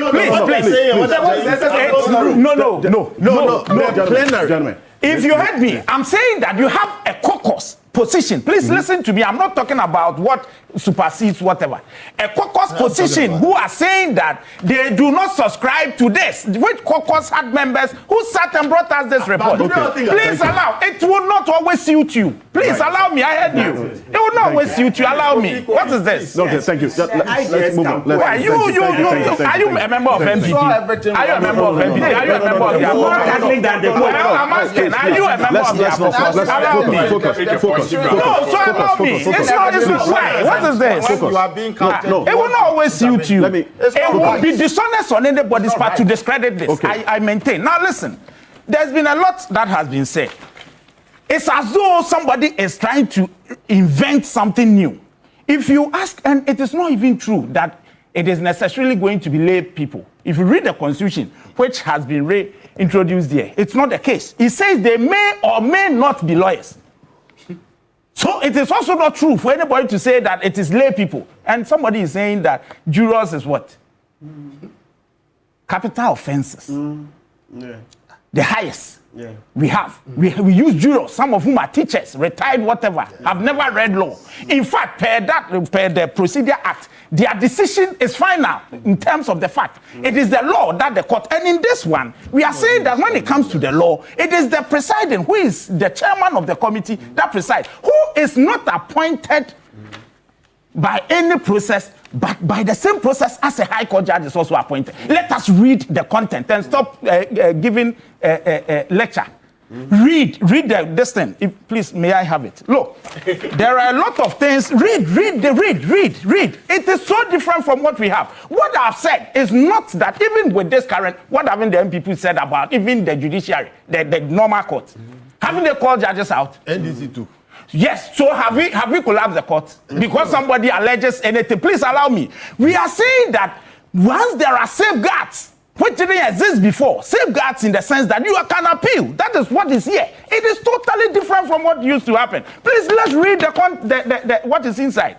At the moment, what we have, and the Constitution says we should have, there are safeguards. If there is a decision you don't agree with, you go upstairs. That is the same thing with our court system. So there is nothing wrong with it. In fact, I would say the difference I see with what we have and what I'm saying that this is not a human rights court. If you have a human rights case, you go to the traditional court.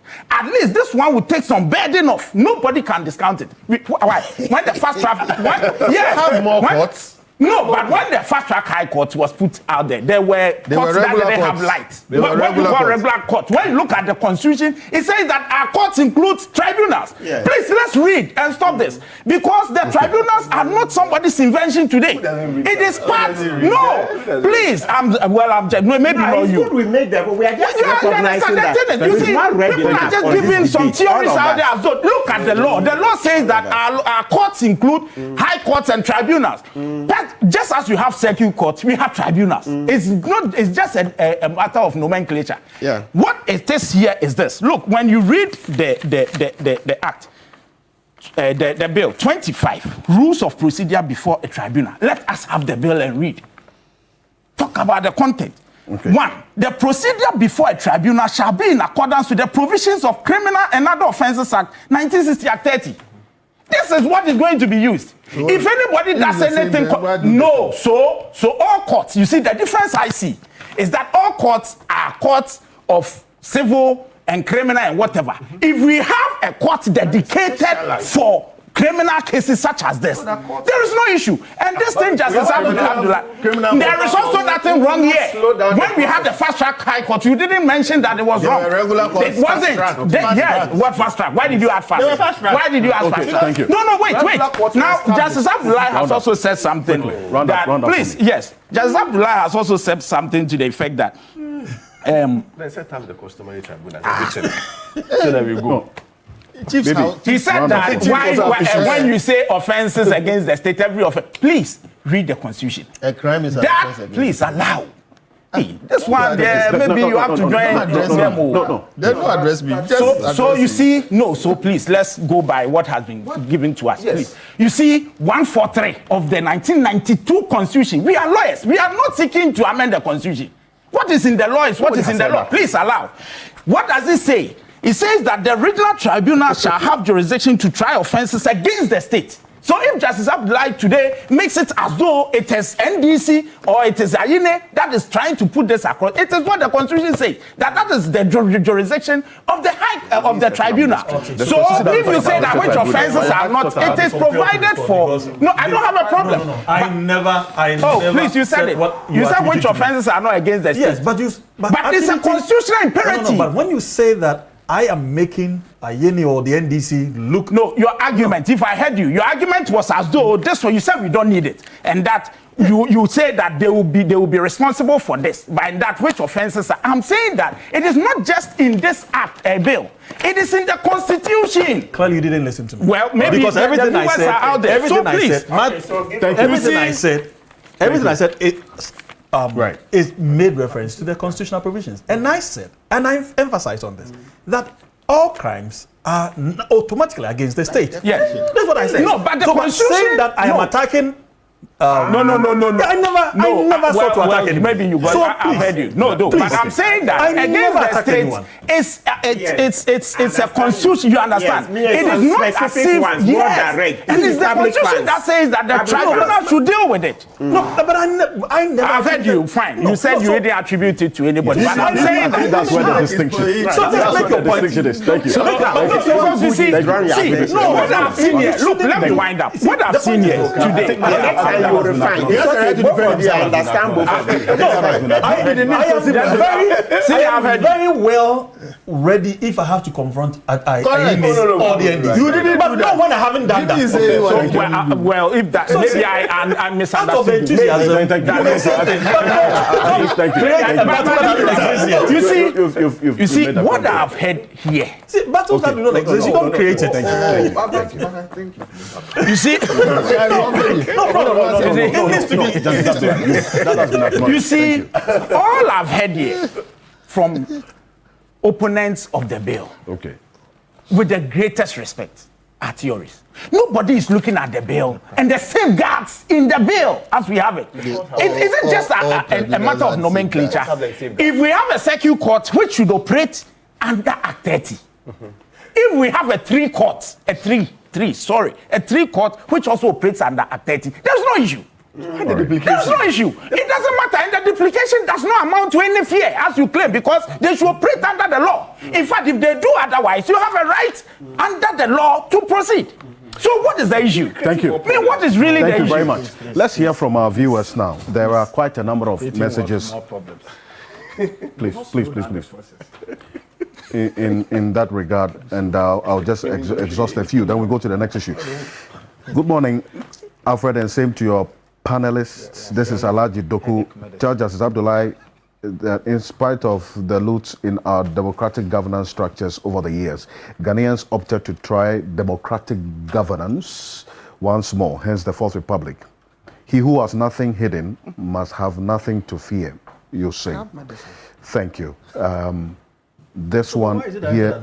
No, I think it's just, no, it's not. You are afraid of this. Okay, good morning.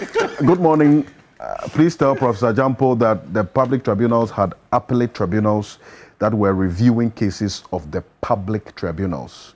So I think it buttresses upon that one of you made. No. Let's see, this one here says, warmest greetings. If you have no skeletons in your wardrobe, one wouldn't have trepidation with the passage of this bill. In the so-called father of democracy, the United States, they have a jury system court aside their traditional courts, but we can't have tribunal courts, you say. Thank you, Ms. M.K. Erickson in Techiman.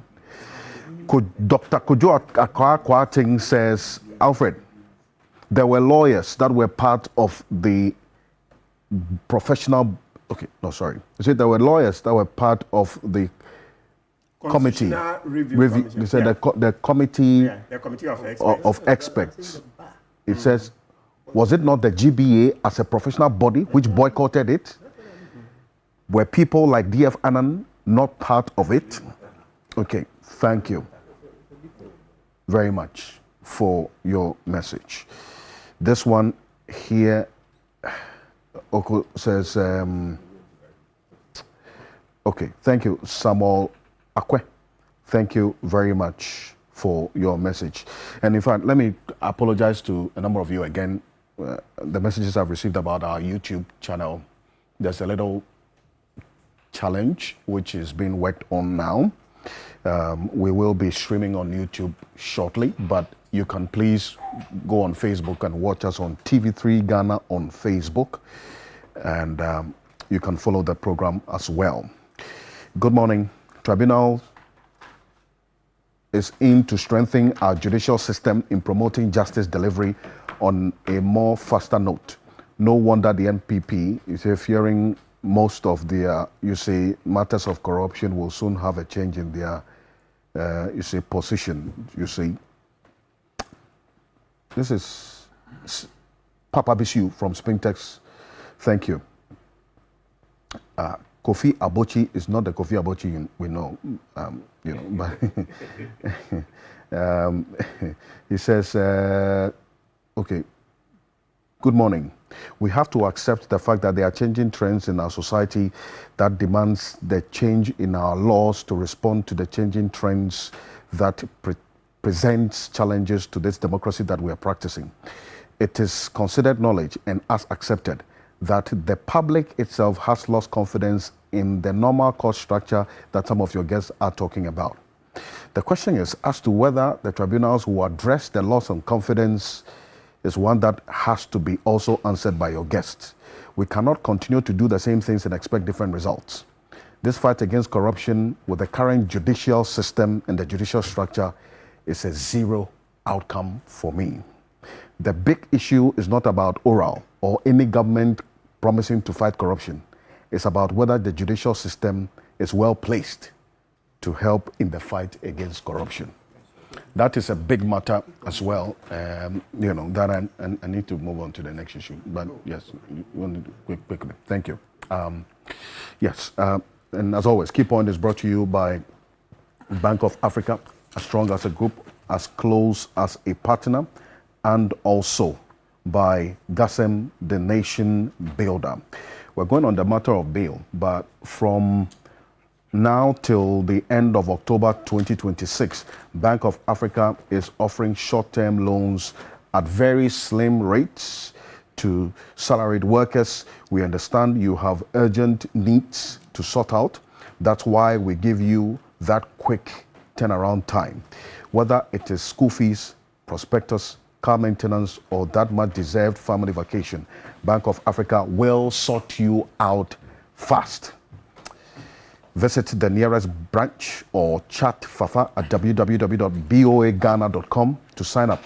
You may also WhatsApp 0244 338 226 0244 338 226 for inquiries. Sometimes all you need is a quick fix. Bank of Africa, as strong as a group, as close as a partner. And GASEM has been building the foundations of the nation for decades, and they continue to evolve to meet building needs. GASEM is the nation builder. This week, Dennis Miracle Sambagi. In fact, exactly a week ago, he was picked up by Yoko officials upon his return to the country. His bail, 50 million, 3 shorties, 2 to be justified, got some conversation. That's what you see on the screen there. His lawyer, Samuel Atachian, had this to say about the time the bail was given and the challenges with it. Let's take a listen to him. And then I'll start off with Justice Abdullahi on this. When that they've invited him here, and he came, and they said when they needed him, they'll call him. So I believe that democracy and the rule of law has been reversed backwards. That a man who is not running away and is decent enough to go through Kotoka International Airport, or what they call the Accra Airport, is arrested and detained all this while.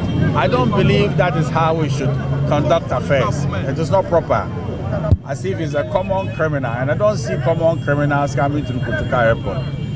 That's the first point.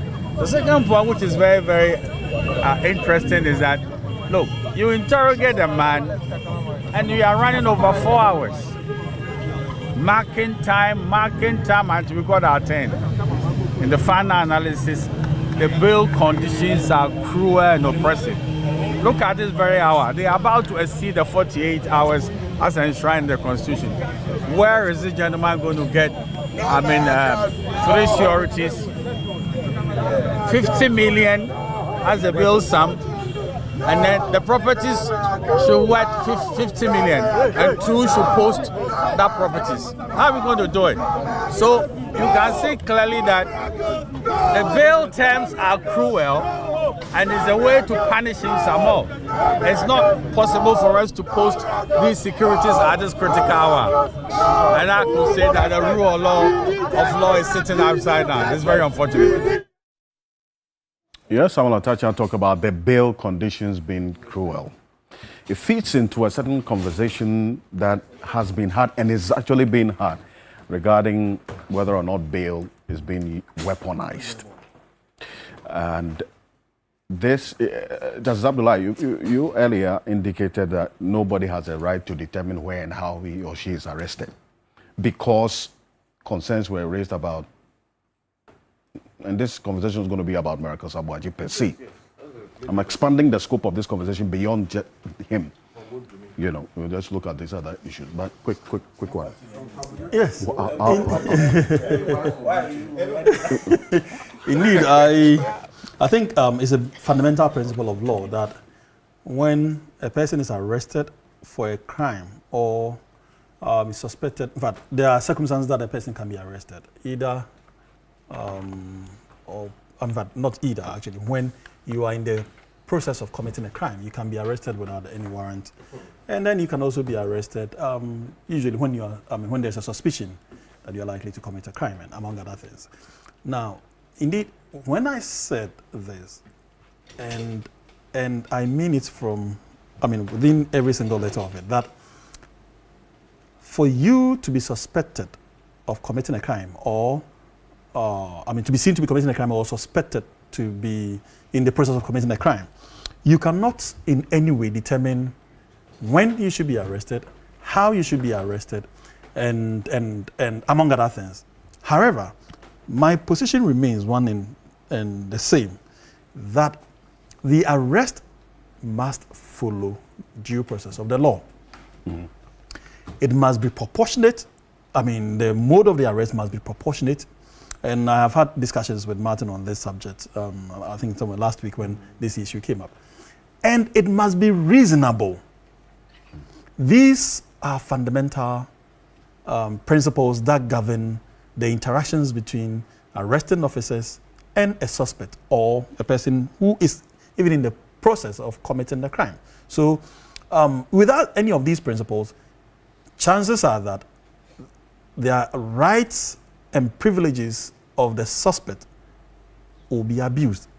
Now, in a democratic country, we must always avoid that. Unfortunately for us, it appears that our security agencies love the abuses so much. In fact, our law reports are replete with cases of how police officers in particular abuse the rights of suspects. Unfortunately, whenever I speak to these issues, I become a little emotional because our entire security agencies, which are set up principally to safeguard and protect all of us, have become the tools for rather abusing and breaking all the known laws, privileges, and the rights of the Ghanaian. Let me be sure we're on the same path. Is bail being weaponized? This is exactly where I'm heading to. Does it appear so, and why? It is not being weaponized. It has always been a weapon against the ordinary citizen in particular. It is the only reason this matter has come up today is because in recent past, politically exposed persons have come up as persons who are confronted with this issue. But outside of this, and I always insist that we discuss this issue in reference to the Ghanaian generally, not in reference to the politicians and the politically exposed persons, because for them, they always have buffers. They have buffers, they have the resources to fight the system. But the citizen, the ordinary one, that watches seller's son who is arrested for some form of infractions with the law, does not have anybody who would go out there and campaign for his release. He does not have the resources to pay bribes to a police officer enough to secure him bail, which is unlawful.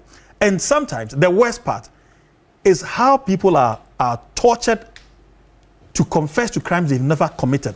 Okay. Now, I have a lot of clients going through this, and I am very certain that almost every lawyer in Ghana, one way or the other, has a client who either in the past or currently still going through these same difficulties and unlawful conduct from our security agencies.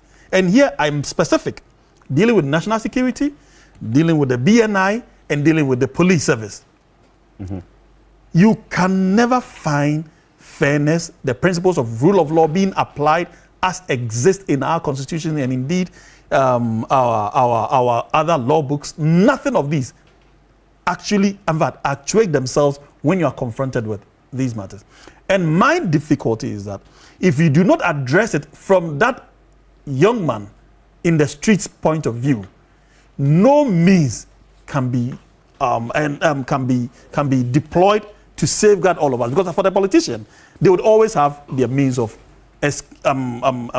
getting out of this. But when these individuals go through these abuses, Alfred, and you tell them what they are going through are unlawful, let's take action against the state.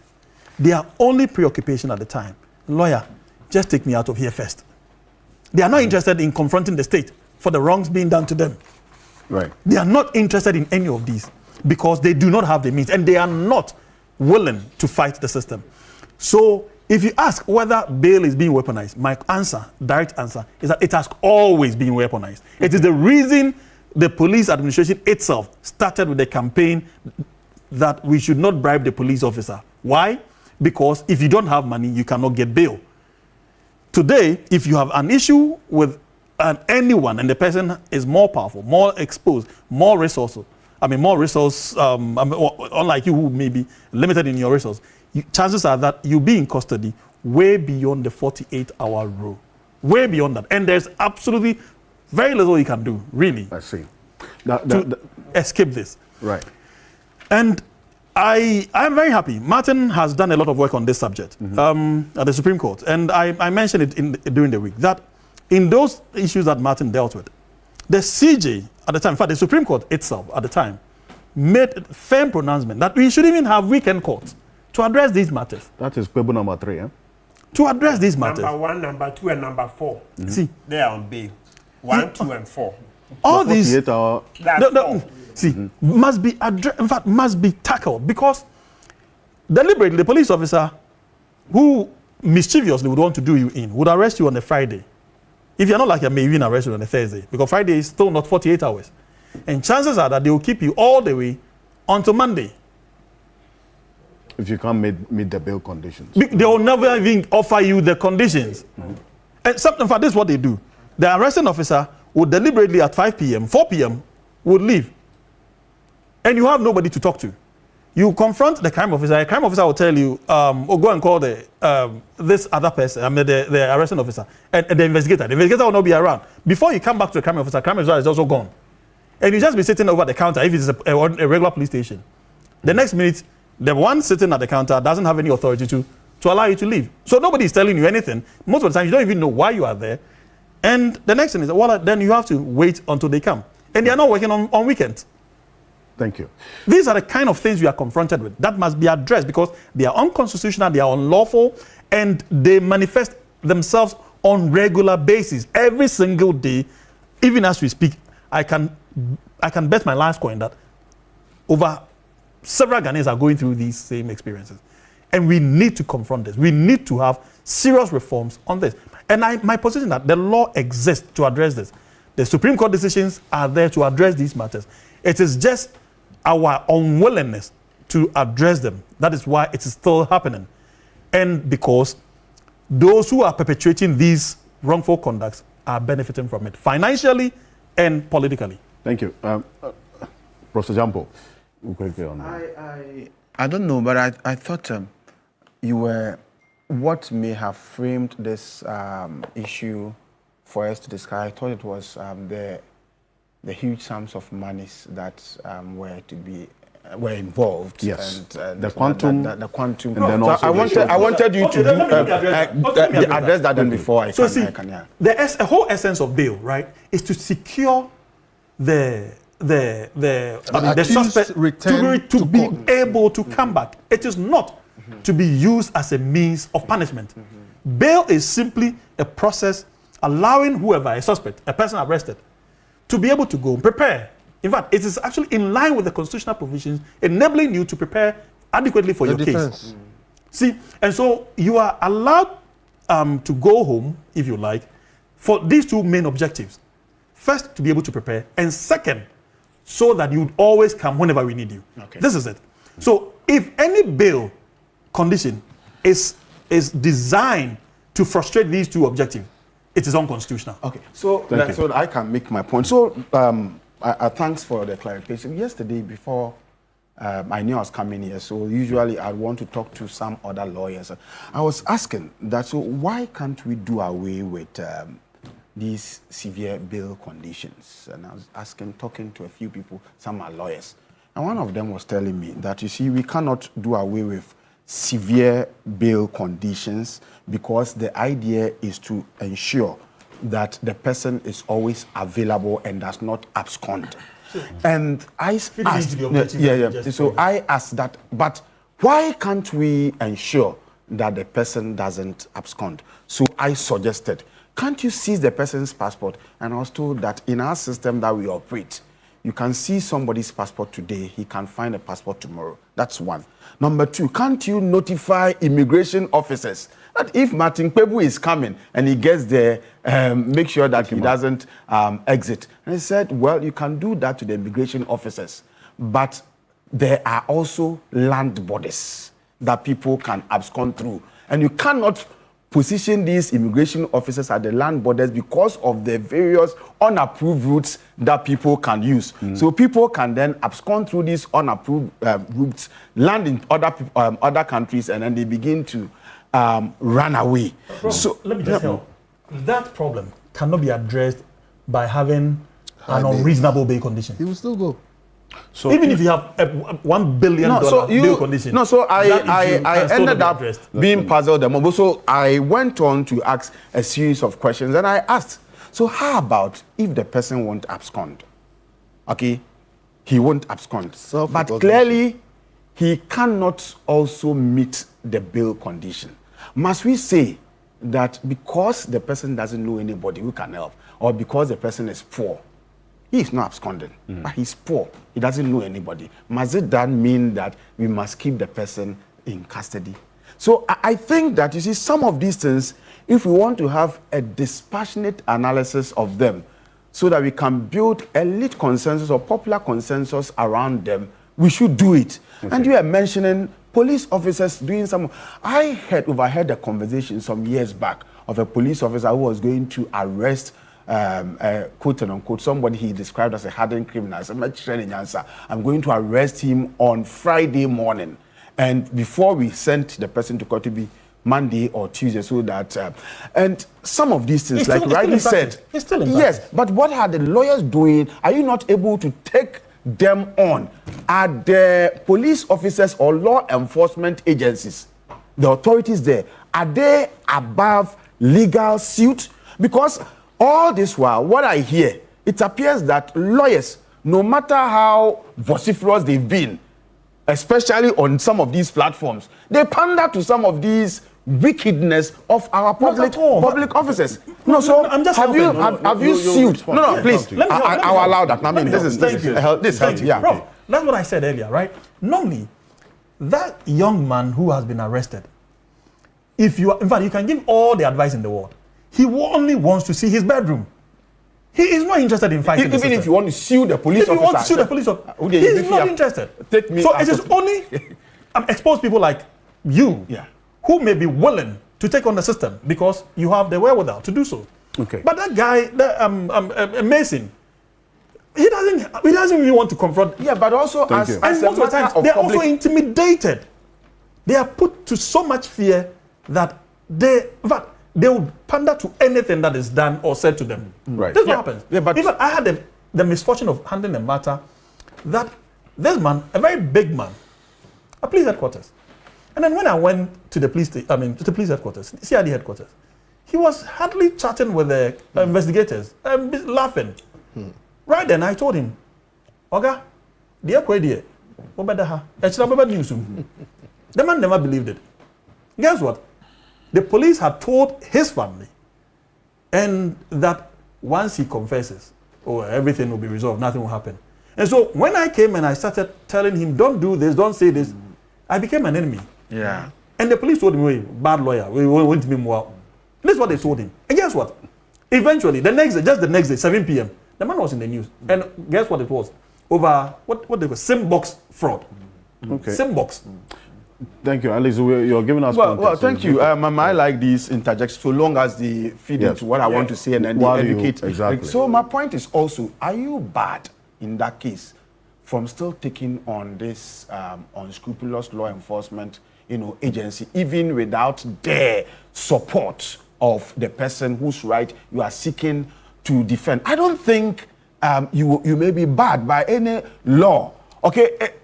Under some circumstances, you are. So as a matter of public interest and ensuring that the right thing is being done. I think that we must move beyond, complaining about some of these things all the time to testing the system. Right. I'm protecting the right of somebody. The police is frustrating me. They arrest the person, and sometimes you go, they don't want you. The person has a right or is entitled to counsel, but they don't want you to meet the person, and then you go there, and I'm told some of these officers are even disrespectful and rude to some of you who are seeking to protect human rights. The issue about human rights and their inviolability and their universality is accepted and is known to all of us. And so my point is that, isn't it possible that we all move beyond talking and complaining about these things?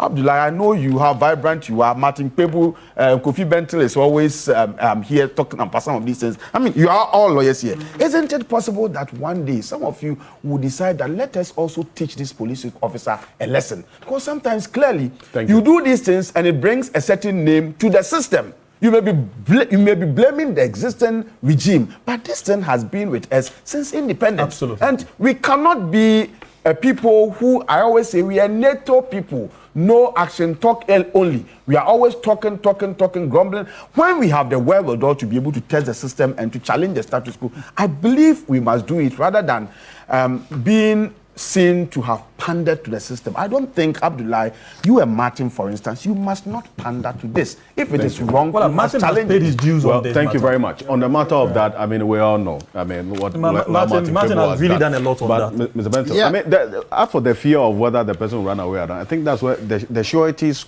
cures that, right? So there's a cure. There are a lot of cures. It doesn't cure it. Like, Well, the people Justice run away said, all the time. You can give the person a billion CD bill and they can come and do it and go. All right? So let's be clear. And some of these things, again, the history is useful. It's useful to give it a perspective. In a democracy, the citizens are the sovereign. The police are there for us. They are there to protect us. However, in order for them to protect us, we give them very wide powers.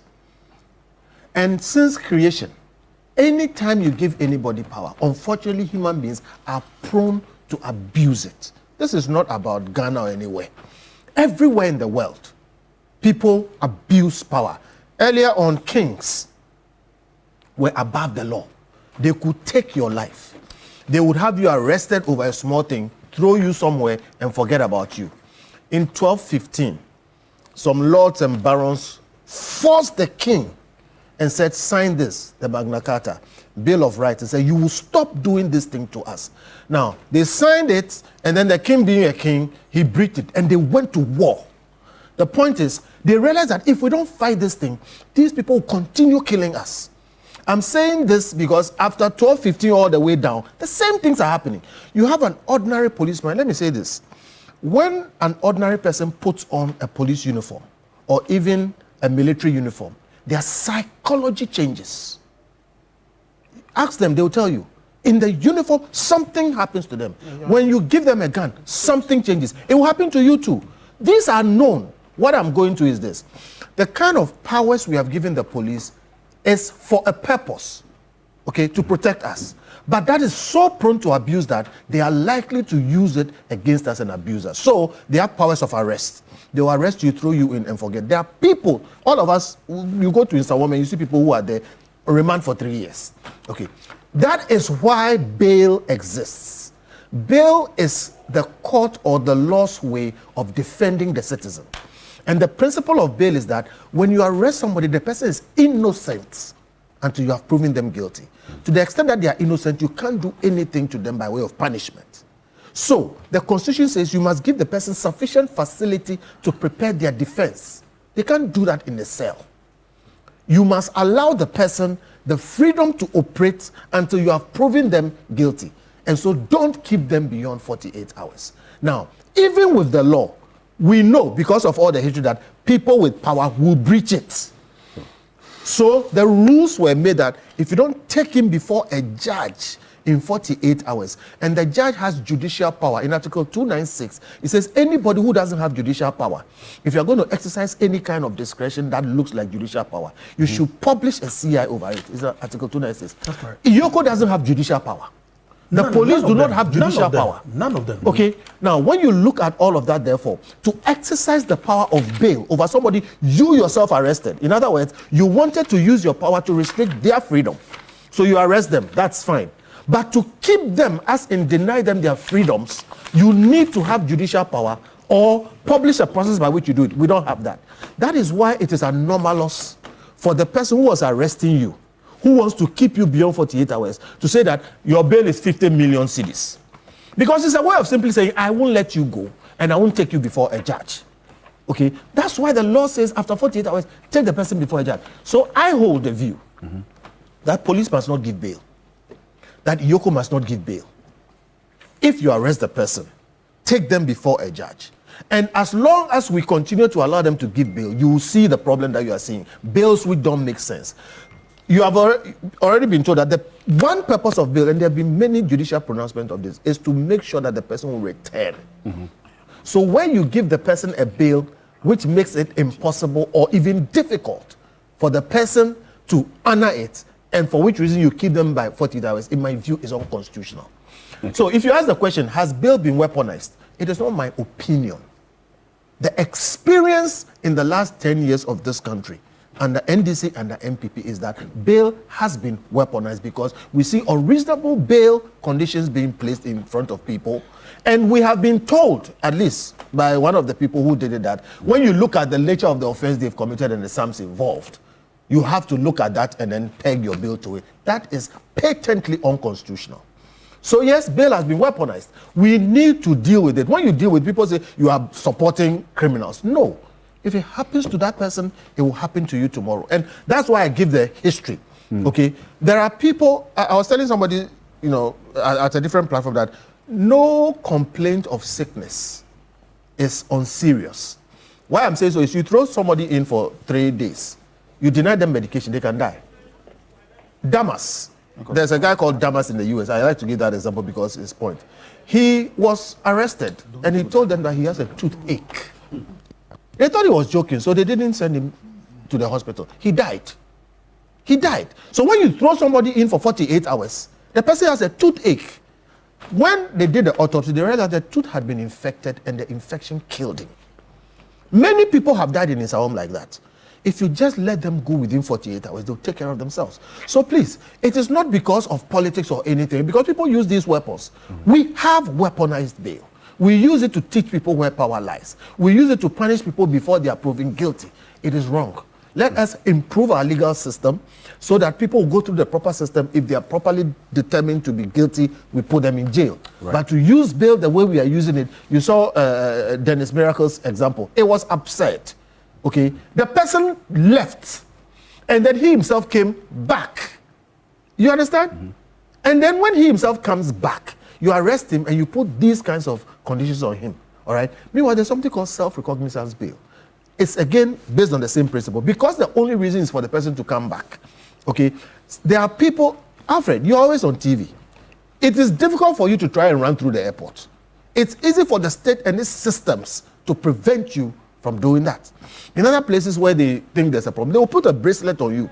You can't live beyond a certain point. There are so many other things because freedom is a fundamental thing. And everything must be done to make sure we secure it. If it's not done, all of us tend to suffer.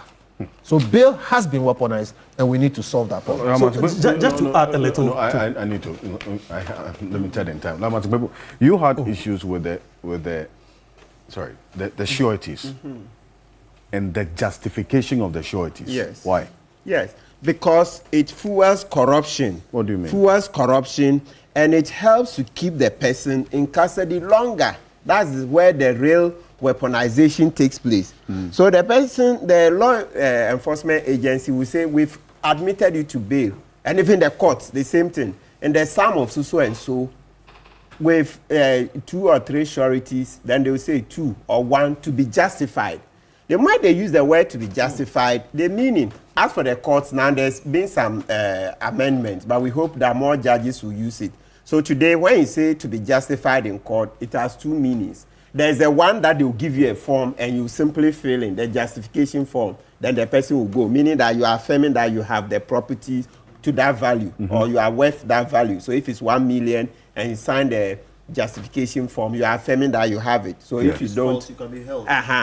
So the courts have improved, but the use of it, some judges don't use it. So maybe we'll beg that more judges will use it. It's in the 2017-2020 Supreme Court of Ghana law report. That justification was done after Kwebu number 4, as the Supreme Court tried to, sanitize the bail arena. But if you don't get the justification form and it's the ordinary justification, the old one, penny, that means that bring property. So like the Miracles Abuaji one, where the real problem is that bring property worth what? Landed. Yes, landed property. But also if you have treasury bills, but we mostly, you are right, that we mostly use landed. But from if you have cash, they can sequestrate it, put it in a 2 million cash. Yeah, I'm saying some people are aware.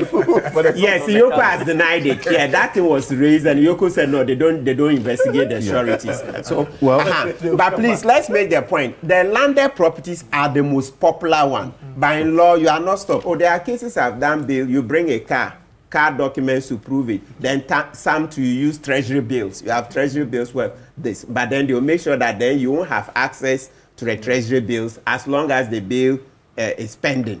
But if you use landed and if it's a house, you can continue renting. So I should think maybe because of the advantages when you are using landed property, maybe that's why they are popular.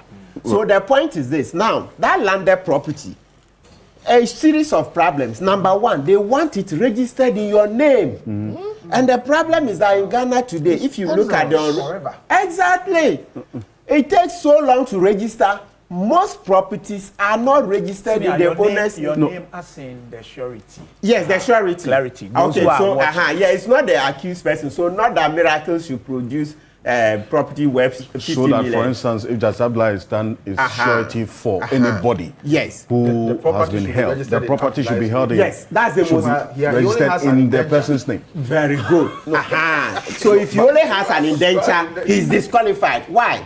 You hear things like, oh, if it's registered in his name, then that one is more difficult to sell. I suspect a lot of the things we are facing in that area, once again, we've not interrogated well. We've just received some wisdom. We are not interrogating it well, and we are practicing it.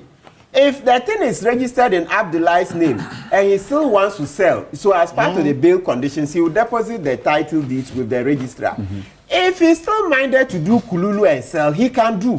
So whether registered or not registered, he can still sell. But when you ask, that's what you are told. The system, they will tell you that when it's his name, then he proves that it is his. If it's not registered, maybe it is not his. I'm very banal. So that's the risk. So you see, what would be the risk associated with admitting a surety and the documents not registered in the surety's name? So that's the just one they're want to- saying then, that it means that it's probably not for the surety. Yes. But how? So assuming Professor Jampo is coming to stand bail, he's a public officer. You're saying that Jampo will come with a fake. It's more like using it as a collateral. Yes, right, collateral. for you to be yes, released. exactly. So we shouldn't hinge it on registration. Sometimes even the caliber of the surety alone will tell you that the surety has its name to protect. So I'm not saying all. Sometimes the surety, you look at a middle class professional. Yes, but they'll say, no, the thing is not in your name, so disqualified. Because Then- you made this point, not to interrupt you, ahead of this, I asked questions of some officials from IOCO. Excellent. And this is the response. We operationalize the process as follows. Surety presents property documents with evaluation by a qualified valuer. Look at that. Oh, but even that, We are coming they to it. have their own. Hold on. But you are not going to look for the person. How long Officers undertake. They do. Let's listen. Officers undertake what we call surety inspection to physically confirm the property being used. There was once an occasion where a land document presented as surety turned out to be public cemetery. The inspection also allows the officers to make a common sense assessment of the possible value of the property. 3. In order not to delay the process and unduly delay the bail process, we accept the original title documents, not photocopies, because Lands Commission does not accept or verify photocopied documents. 4. The valuation and original title documents are accepted by us, as in IOCO, in good faith, and later forwarded to Lands Commission for possible valuation and confirmation of title. In the case of other persons, for instance, and he mentions Hanan, for example, one of the documents used as sureties turned out to be forged according to Lands Commission. So those are the risks. Excellent. Yes. So I just okay, I want let's- you to, I want to ask a certain question so you factor Yeah. into what you are saying. So Yeah. my point is that I don't have a land. And I don't also happen to know anybody who has this landed them property. watch it. What do we do? I'll bet Is it them right? That's I want you to. Yeah. Perfect. So that one you are raising, yes, it's a very legitimate. So the person will languish till the so usually we have variation, but you don't rush the variation. You have to languish in the custody a bit because the judge has to believe that you don't have it. So after if you languish like 2 weeks, then it's more likely that you So don't. this is why it must go before a judge. Yeah. The person who arrested you is not going to be nice to you. Yeah. But if you go before a judge and say, I don't have any property, but my why father. don't you have to be nice to me just because you've arrested? But the I'm person? telling you, yes, Why because don't you? because this is the nature of it's a reality. barbaric. So if you It go is before a barbaric. judge And you're and right. he says, Barbaric. the chief of my town. So will this is sanction why you." the I beg, call I beg, let me for finish. the CI to regulate I this beg. help. If you go before a judge, you can explain your circumstances. You can say, the chief of my town will stand surety for me. My pastor is this person. 3 people will come who will not lie. The judge can let you go. All right. So the arresting authority shouldn't do that. Yeah. Thank you. But now, I want to- good. So so I'm happy Iyoko is giving you this. So it's official. It helps that part. It's So actually not official though. Oh. Well, it's Okay, but it's the administrative. public. administrative. They've responded to It's this, actually so official. it's good. No. So we No, have it is also official. Yes. This is official Yes, from it's the official. So I'm interested in that part. The part that you see, where the main problem is. See, they said that in good faith. Now they accept the document. This is a new development. In good faith, it's yes. never been. So that's the part we should be lauding. Yeah, because we have been pushing that accept the document. Let the person So out. that's point 3. Yes, In I'm order interested- not to delay the process and unduly delay the bail, we accept the original title documents, not photocopies, because Lands Commission does that. And then also it goes Then why on. is That's it- the they will evaluation they and will- original title documents are accepted by us in good faith. Then they'll verify later. Yes, That they'll is verify where later. we want the game change to Very happen. useful. Very, very useful. And that's where our courts must learn. You try and go and give a registrar the land title and say, I've brought the land title, so let the accused out. Registrar, you lie. You say, no. I'm now going to write to Lands Commission. And that's where the corruption starts. When you write to Lands Commission, Those who sit there. don't go and pay Lands Commission. Don't go and pay bribe and see. There will be no response within 1 month. Lands Commission. And then you are still there. Exactly. So you have to go and pay. Alfred, let me ask something that is important. So you see where the corruption is. That's why in The letter will development. not even go. Uh-huh. The letter will remain At the court at the registry. court registry. Unless you pay something. Because somebody has to take it. So you fuel and fuel and fuel corruption. So the more things change, the more they remain the same. The more things change, If the you more don't they practice remain the criminal law same. in You are Ghana, trying to you solve never one understand our problem, problem. then you are creating more problems of bribery and corruption. I'm happy they said, and they all practice. They'll tell you, don't go and pay bribe and see. The letter is not going. Number 2, Lands Commission will not respond. All of you are guilty. Yes. What pay bribe? You The try. Lands Commission. Don't even go to the evaluation. The police officer who is supposed to go inspect the houses I'm not of the contesting sureties. your position, Yeah. but the Lands He will Commission tell you is not he's busy. represented here. Yes, but but we Lands can't Commission is we don't represented talk. here. Oh, yeah. That one, once you I pay, don't the think- same day. I don't think you impugning that on that. The Lands Commission is not here. Now to we have to respond speak openly. those Yes, we take that. allegations. We speak that. Let me land. So So thank you. that's the main challenge. Then also you hear the evaluation. You know how long it takes to get evaluation. So you have to go and then you're on the neck. And hey, if you are not lucky, and they insist that the thing must go to AESL, so it means that the whole is a government company. Then there's too much pressure on AESL. Sometimes they can take from private valuers, but a lot of the time the judge will say no, they want AESL. This. Then it's a problem. So far from what we are saying, the administrative process. Hey, and let me not forget. You know, Demlevo, though he's chairman of IOCO, he's championing this bail reforms because we've weaponized it for too long, too long. Any small thing. You remember even my arrest. A soldier insulting me and me insulting. OSP asked for landed property. That day, if I wasn't lucky, if I didn't have landed property, the document in my office. And most people don't. That was it. Most people have Yeah, that was it. Most people don't. So that is where we want the courts. So far, the key thing before I land, we are begging Chief Justice Bafubon. Maybe that's the last request we'll make. He has less than 6 months to go. This bail thing, we must reform it. Chief Justice Bafubon, we beg you. There should be an administrative guidelines to the registrars. Don't insist on the search report from Lands Commission before the person comes out. There should be an interim period that way, good faith, that when the person brings the document, take it for a while, admit him. And also, let's not insist on only registered documents. In a country where you have less than 10% of the properties registered, yes. why do you insist on this? So and unnecessarily keeping people in custody. Exactly, IG, the same. BNI, the same. And Yoko, they say they've taken the lead. Congrats, Raymond Acha. Congrats, do more. And I just Ray, you can do more. So the Yoko officials, there's somebody who's watching says, we grant the bail and allow the person to go. In many cases, even after the person is gone, this is from Yoko, we continue to work with the parties to perfect the documents. That is the one we want. If there are few issues with it, sometimes some sureties request to withdraw, and the suspect may be asked to replace surety. Perfect. But they are speaking nice on people. I'll tell you, there's one that's not good at all. A certain priest, a very renowned Roman father, made an allegation against a young man. The way the guy suffered in custody in Yoko, it was terrible. I lost respect for the system. So please, don't be, you are talking nicely about, make sure that you actually walk your talk in all instances. So I was like, is it because the man is a renowned Catholic priest? Why? The young man was in custody for over 2 weeks. It was very bad, very, very terrible in Yoko. Okay. Thank you. Yeah. Kwesi Kwarteng, quickly on this. I'll go for a quick break and then quick one. Yeah. I know you don't. Why is there anytime you get to me, you say quick? No. You are in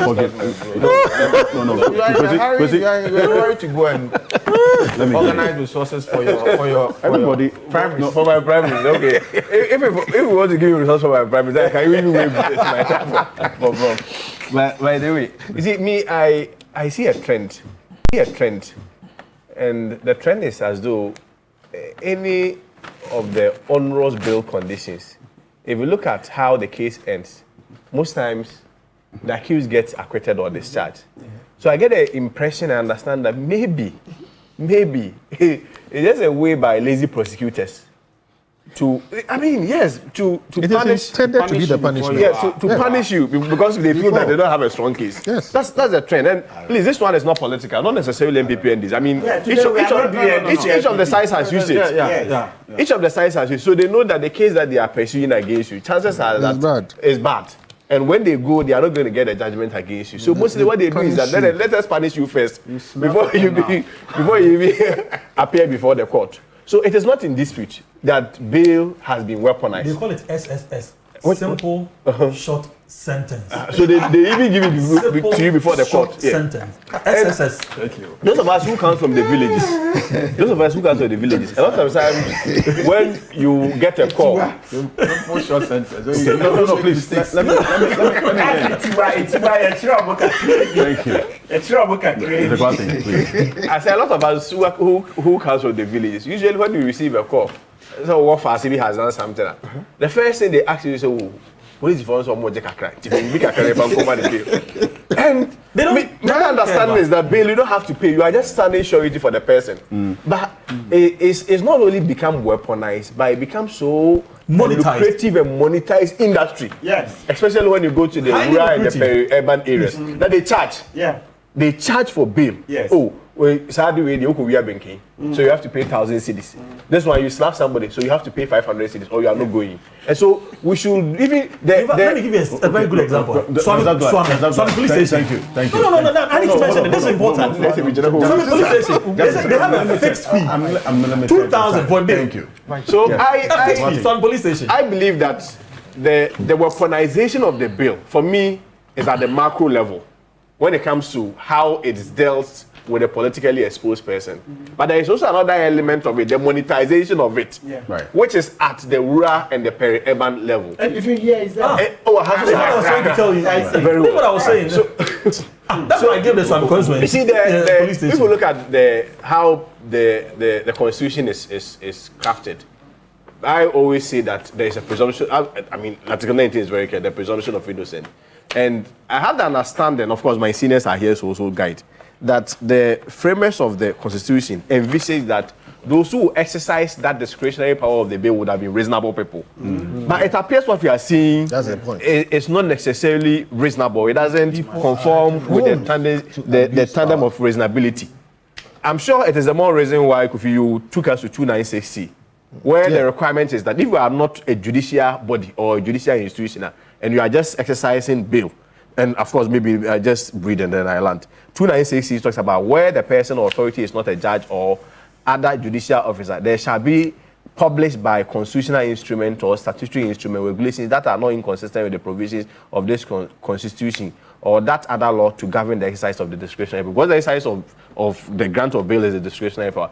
Because other than that, you see institutions like OSP. You suffered in the hands of the OSP. Yeah. Yoko and other institutions. I agree with Kofi. I don't see the reason why you should arrest me and then announce the bail conditions just a night.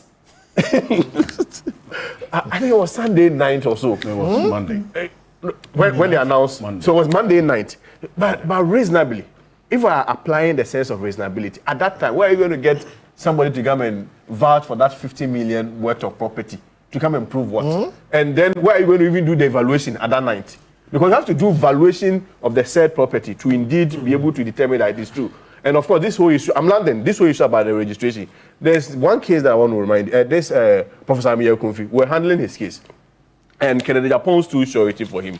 So Ken brought the documentation to his properties. Unfortunately for Professor Amir Kunfi, it was in the name of Ken City. The registry said they are not taking it. No, but you know there are legal obstacles. No, they are all contrived. Because a human being is different from the country. Yes. So if I'm saying they are contrived. Yes, so we had to go and get the directors good of faith. Ken City to write a letter authorizing Kennedy Japan to use His own property. his own property to sign surety for Professor Abiyangubi. But the man has spent another day, which is very unfortunate. So, I mean, this is a man who voluntarily walked to the court and surrendered his passport. But yes, still, the bail conditions were so onerous and harsh. you. And we need to learn from it. Council, BBB, please. Okay, so thank you so much. It was a nice conversation. Until You see, that's the challenge. Yeah, you did a bit of politics, and then Kofi also did. You did a bit of politics. They allow me. This was just you did. You see, you brought in the miracles thing. I thought that you see, it would have been better. Because you see, I equally have some questions to raise about the system. Right. But you see, when you politicize and bring miracle, Abuaje's matter, and say Dufo, you say that miracles, he himself was a man that was cooperating even with the court, was arrested in the church hall. They were praying, they were singing to the Almighty. He was arrested in this country. We didn't hear this noise. So please, we condemned it. Okay, I did. You see, so let's be careful. There is a systemic problem. And we need to look at it and find it. Because you see, but within 296, it doesn't apply here. Why? Okay, so the 296, as you see, said where the person or authority is not a judge or a judicial officer, there shall be published a constitutional instrument or statutory instrument, regulations that are not inconsistent. So once you have a 30, section 96, it is not only a CI, there is all. Statutory. Is your interpretation, I'll leave it. No, so that is why you are not required, and nobody has even got. No, yes, it doesn't. But if you read this interpretation, no, it does. It does. It does. It does. Make your point. There are Even the regulations president is about bail in this country, Right. according to section 96 of Act 30. and we are saying some of them are unconstitutional. That's what Martin No, Pebo you saw. are not getting it. If you are saying that let me leave Yoko it should alone. publish something, I'm saying that there exists already regulations in the law. Which one? Act 30. Act 30, yes. Doesn't suffice. Which part? Why? Section 96. No, the part about you see the document, Alfred, the you want to going listen to what he the says? justification. You want to listen? No, he is going there. No, well, Going you to see. check verification. No, you are Say talking that is your about interpretation. bail. Let's move on. No, we don't have to but agree. it cannot also be you are right. We don't have to agree. You want us to agree. No, We you won't don't agree. No, so let me proceed. So go So ahead, you yeah. see, It doesn't suffice. We it will does. agree. It does. As far as Hold I'm on. concerned. Hold on. Baby, let me make it. No, make your point. So this is the point. So as far as I'm concerned, that is not it. The question, of course, we have to also look at it from an angle. And I'm sure all of us, in our practice, I have heard from also officers of AG complain a lot. Look, there are a lot of cases where people were given some bail conditions that were a bit relaxed and they voted. A lot. If you ask the AG, they'll give you, data on that. And the case is virtually frustrated. But I agree, of course, with the maxim that it is better for 1,000 innocent, guilty people to walk away free than one single person who is innocent to be incarcerated. So from that angle, I do. But you see, this 48-hour rule, the question I ask, and I think we should all ponder over, is this. When a law enforcement agency arrests you, and the law is that they should have you admitted to bail or take you to court within 48 hours. If they now put a certain condition on your head and you are not able to fulfill it within the 48 hours, what happens? Are you still in there? And is it that at that stage, the enforcement officer or that office has discharged its duty under the law and it's not mandated because it has admitted you to bail? It's just that you have not been able to fulfill it. Does it then mean that that office would not, under the law, be required to take you to court within 48 hours. I don't know must. whether I'm Yeah, no, but he must. We are misreading. He said if No. he's not released, he Yes. didn't say admit You to see- bail. So if you put conditions that he doesn't leave, then take him to court. I agree within with the you. 48, within. Yes, I agree with you because you see, the learned jurist and a writer, Dennis Ejay in his book, The Practice and Procedure, the Procedure and Practice in Ghana, it says that you have to. Yeah. Right. But you see, if you have to, if he is not able to meet the bail conditions within the 48 hours, you don't say you've discharged your Yes. you Thank you. understand. Thank you you. have to still take Perfect. the person to court. Ah, that's So good. if the person is still in your custody within or beyond the 48 hours, whether he has been able to meet the condition or not, if you keep him there, it's unconstitutional. Right. So Perfect. that matter must be made. Okay. A lot has been said, and I agree totally with my seniors here. It must not be used as a weapon. And we have to be very careful. Even with the courts, let's also not make it as though it is only the a law enforcement officer. Even the court sometimes. Yeah. Even the court, they put Yes. a certain. It will be very difficult, if not impossible, for you to meet it. Yes. But you see, with all that my senior has done at the Supreme Court, if this is how we still come by, I mean, whatever, the person is presumed innocent. And once you keep him in, his liberties and his freedoms are curtailed. At the end of the day, so are you saying that if he doesn't have, as Professor Jampu said, he doesn't have at all? What does it mean? He's been convicted or what? Thank you. So it's a problem. We need to look at it. Cut off the politics, Yes. and then let's deal with the situation. That I agree. Thank you. I'll be back shortly after this quick break. Act 29, Section 20728 is a demand the minority is saying should be expunged. The base on which this TikToker was jailed 1 year. We'll be back shortly after this quick break. Stay with us. Oh, this one, he went straight.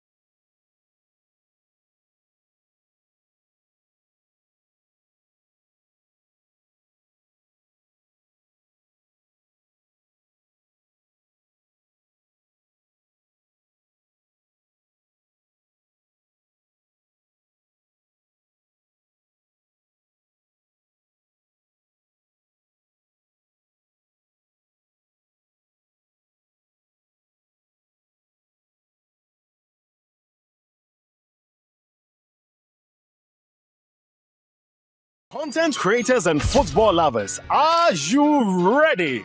Creator Circles is back with Play and Connect 3.0, the Creator Cup Jersey Edition.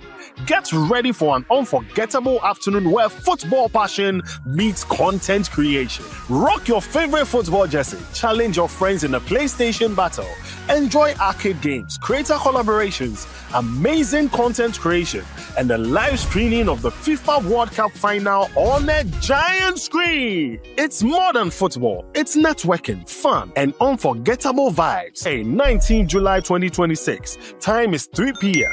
Location is Nexus 9 Lounge and Spaces, East Legon. Play and connect. Play, connect, and create. Don't hear about it. Be there.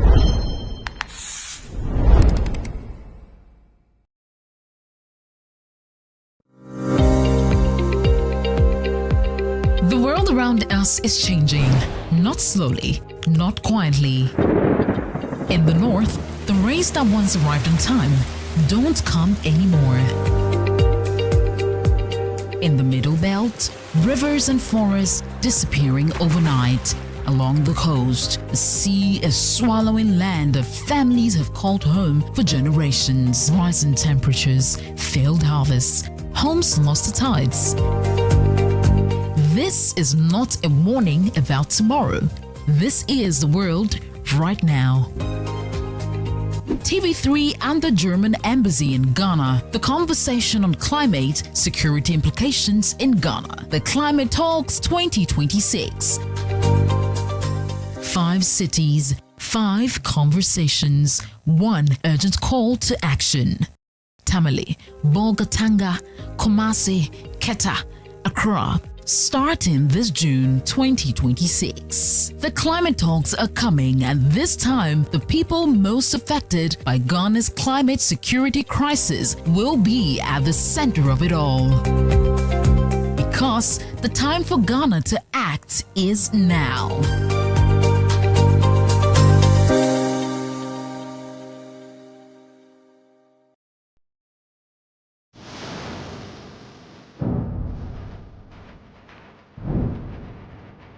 In a world full of noise,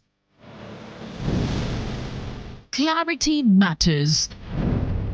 Stories shape us, ideas challenge us.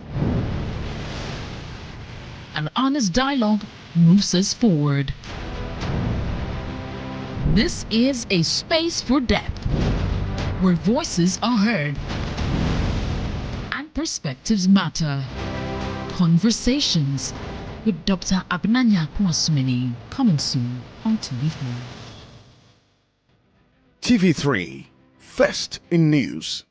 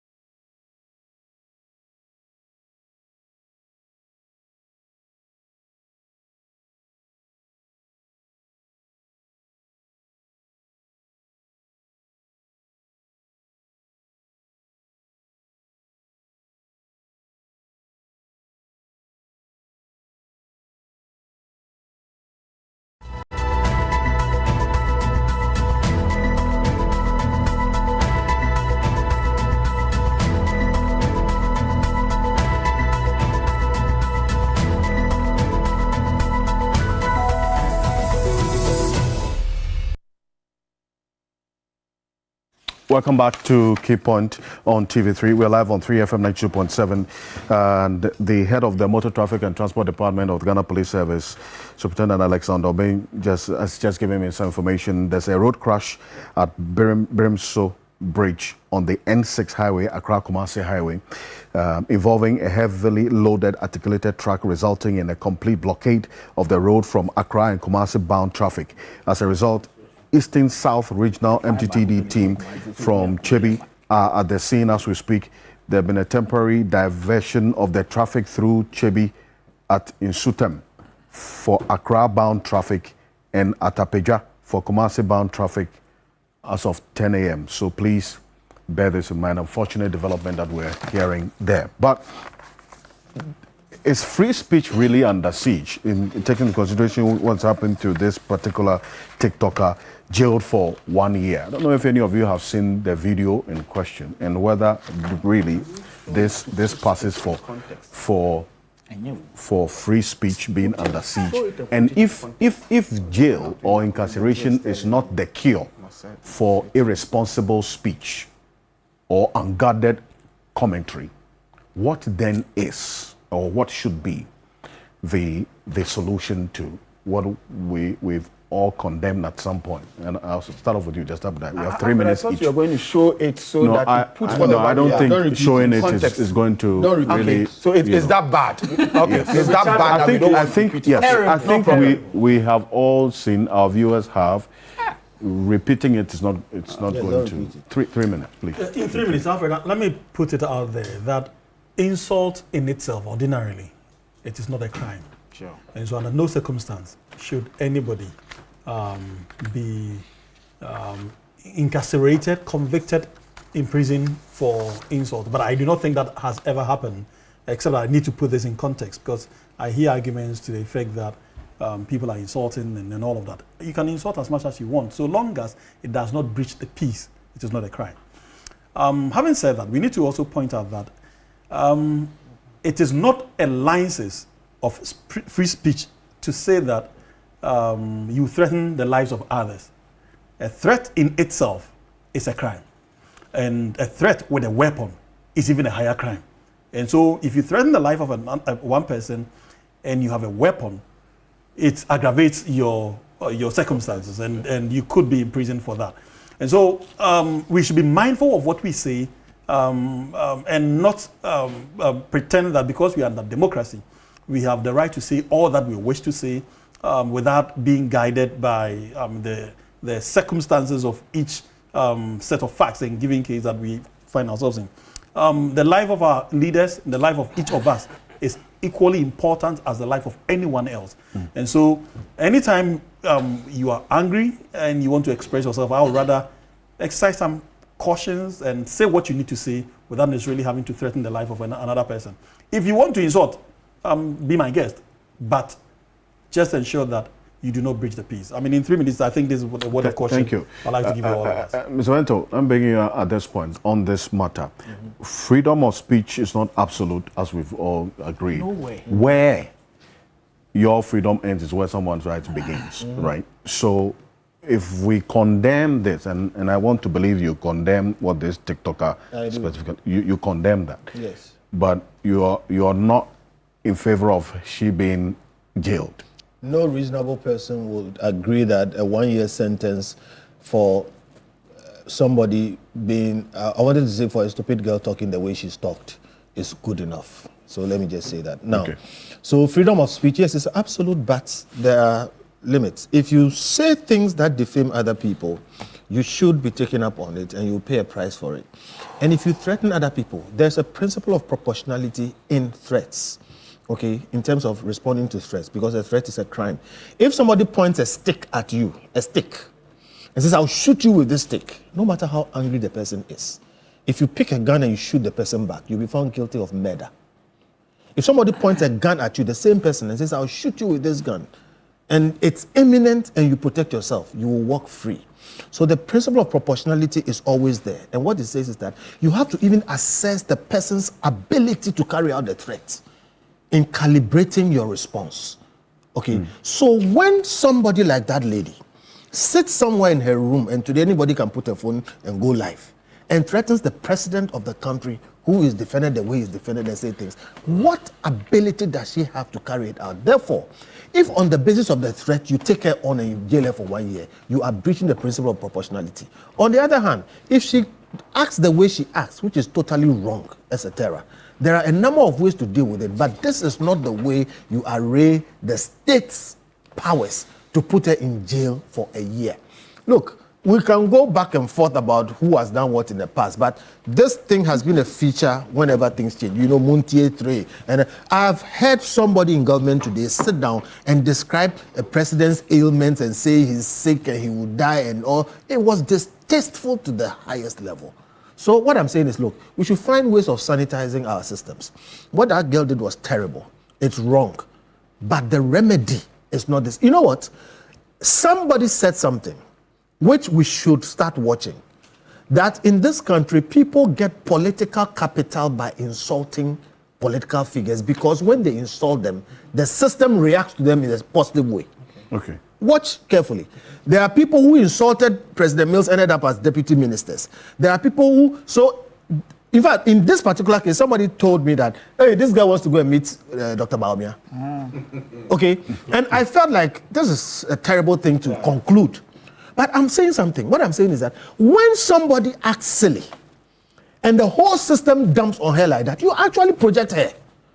So we should be careful how we calibrate our responses to some of these things. Okay. Okay? You make them heroes when they should not be heroes. All right. Thank you. Martin Bebo. Yeah, so looking at it, is the offensive conduct conducive to the breaches of the peace? Yeah, there are parts of the video that are unsavory, right? Very, very unsavory. Others are repetitions of things other people have said. The 32 cows thing. It's a certain pastor who came out to say it. So this lady was just repeating it. I'm not encouraging that they go and arrest the pastor. So that part of it, I don't agree. I think to be very clear, to be very, very clear, the sentence is too harsh. It's too harsh. These are Democrats. Yeah. It's too harsh. It should have been a fine or maybe maximum of 1. Would that be deterring enough? If we all condemn that this is not right, yeah, would a fine be deterring enough as against? No, as for deterrence, there is a rules. Look, when you mention deterrence, we've been executing people for murder, blah blah blah. Has it deterred murder? No. We shouldn't run in aid of what deterrence. It's a strong part of our political culture to hold leaders accountable. Sometimes through caustic language. Caustic, right? Yes. Yeah, caustic. That's why we sometimes rouse the leader. I was here speaking, Akufo-Addo, man pam. Did he say Akufo-Addo arrest me? Because with this, I'm like, hey. But you didn't threaten. I was here. You didn't threaten. That's why I said, so we will say, where is the threat? He said God should kill. And I told you that we sang in Legon, 99. Kum jeje maye, They sang it in the last government against... So when he says God should kill JM, what is it? Oh no, I think it was overzealous. We've sang, and that song, I've even told Professor Jampo privately that I bet that song is far older than the 90s. That we didn't invent it. I'm sure Kwame Nkrumah's time, that song was there.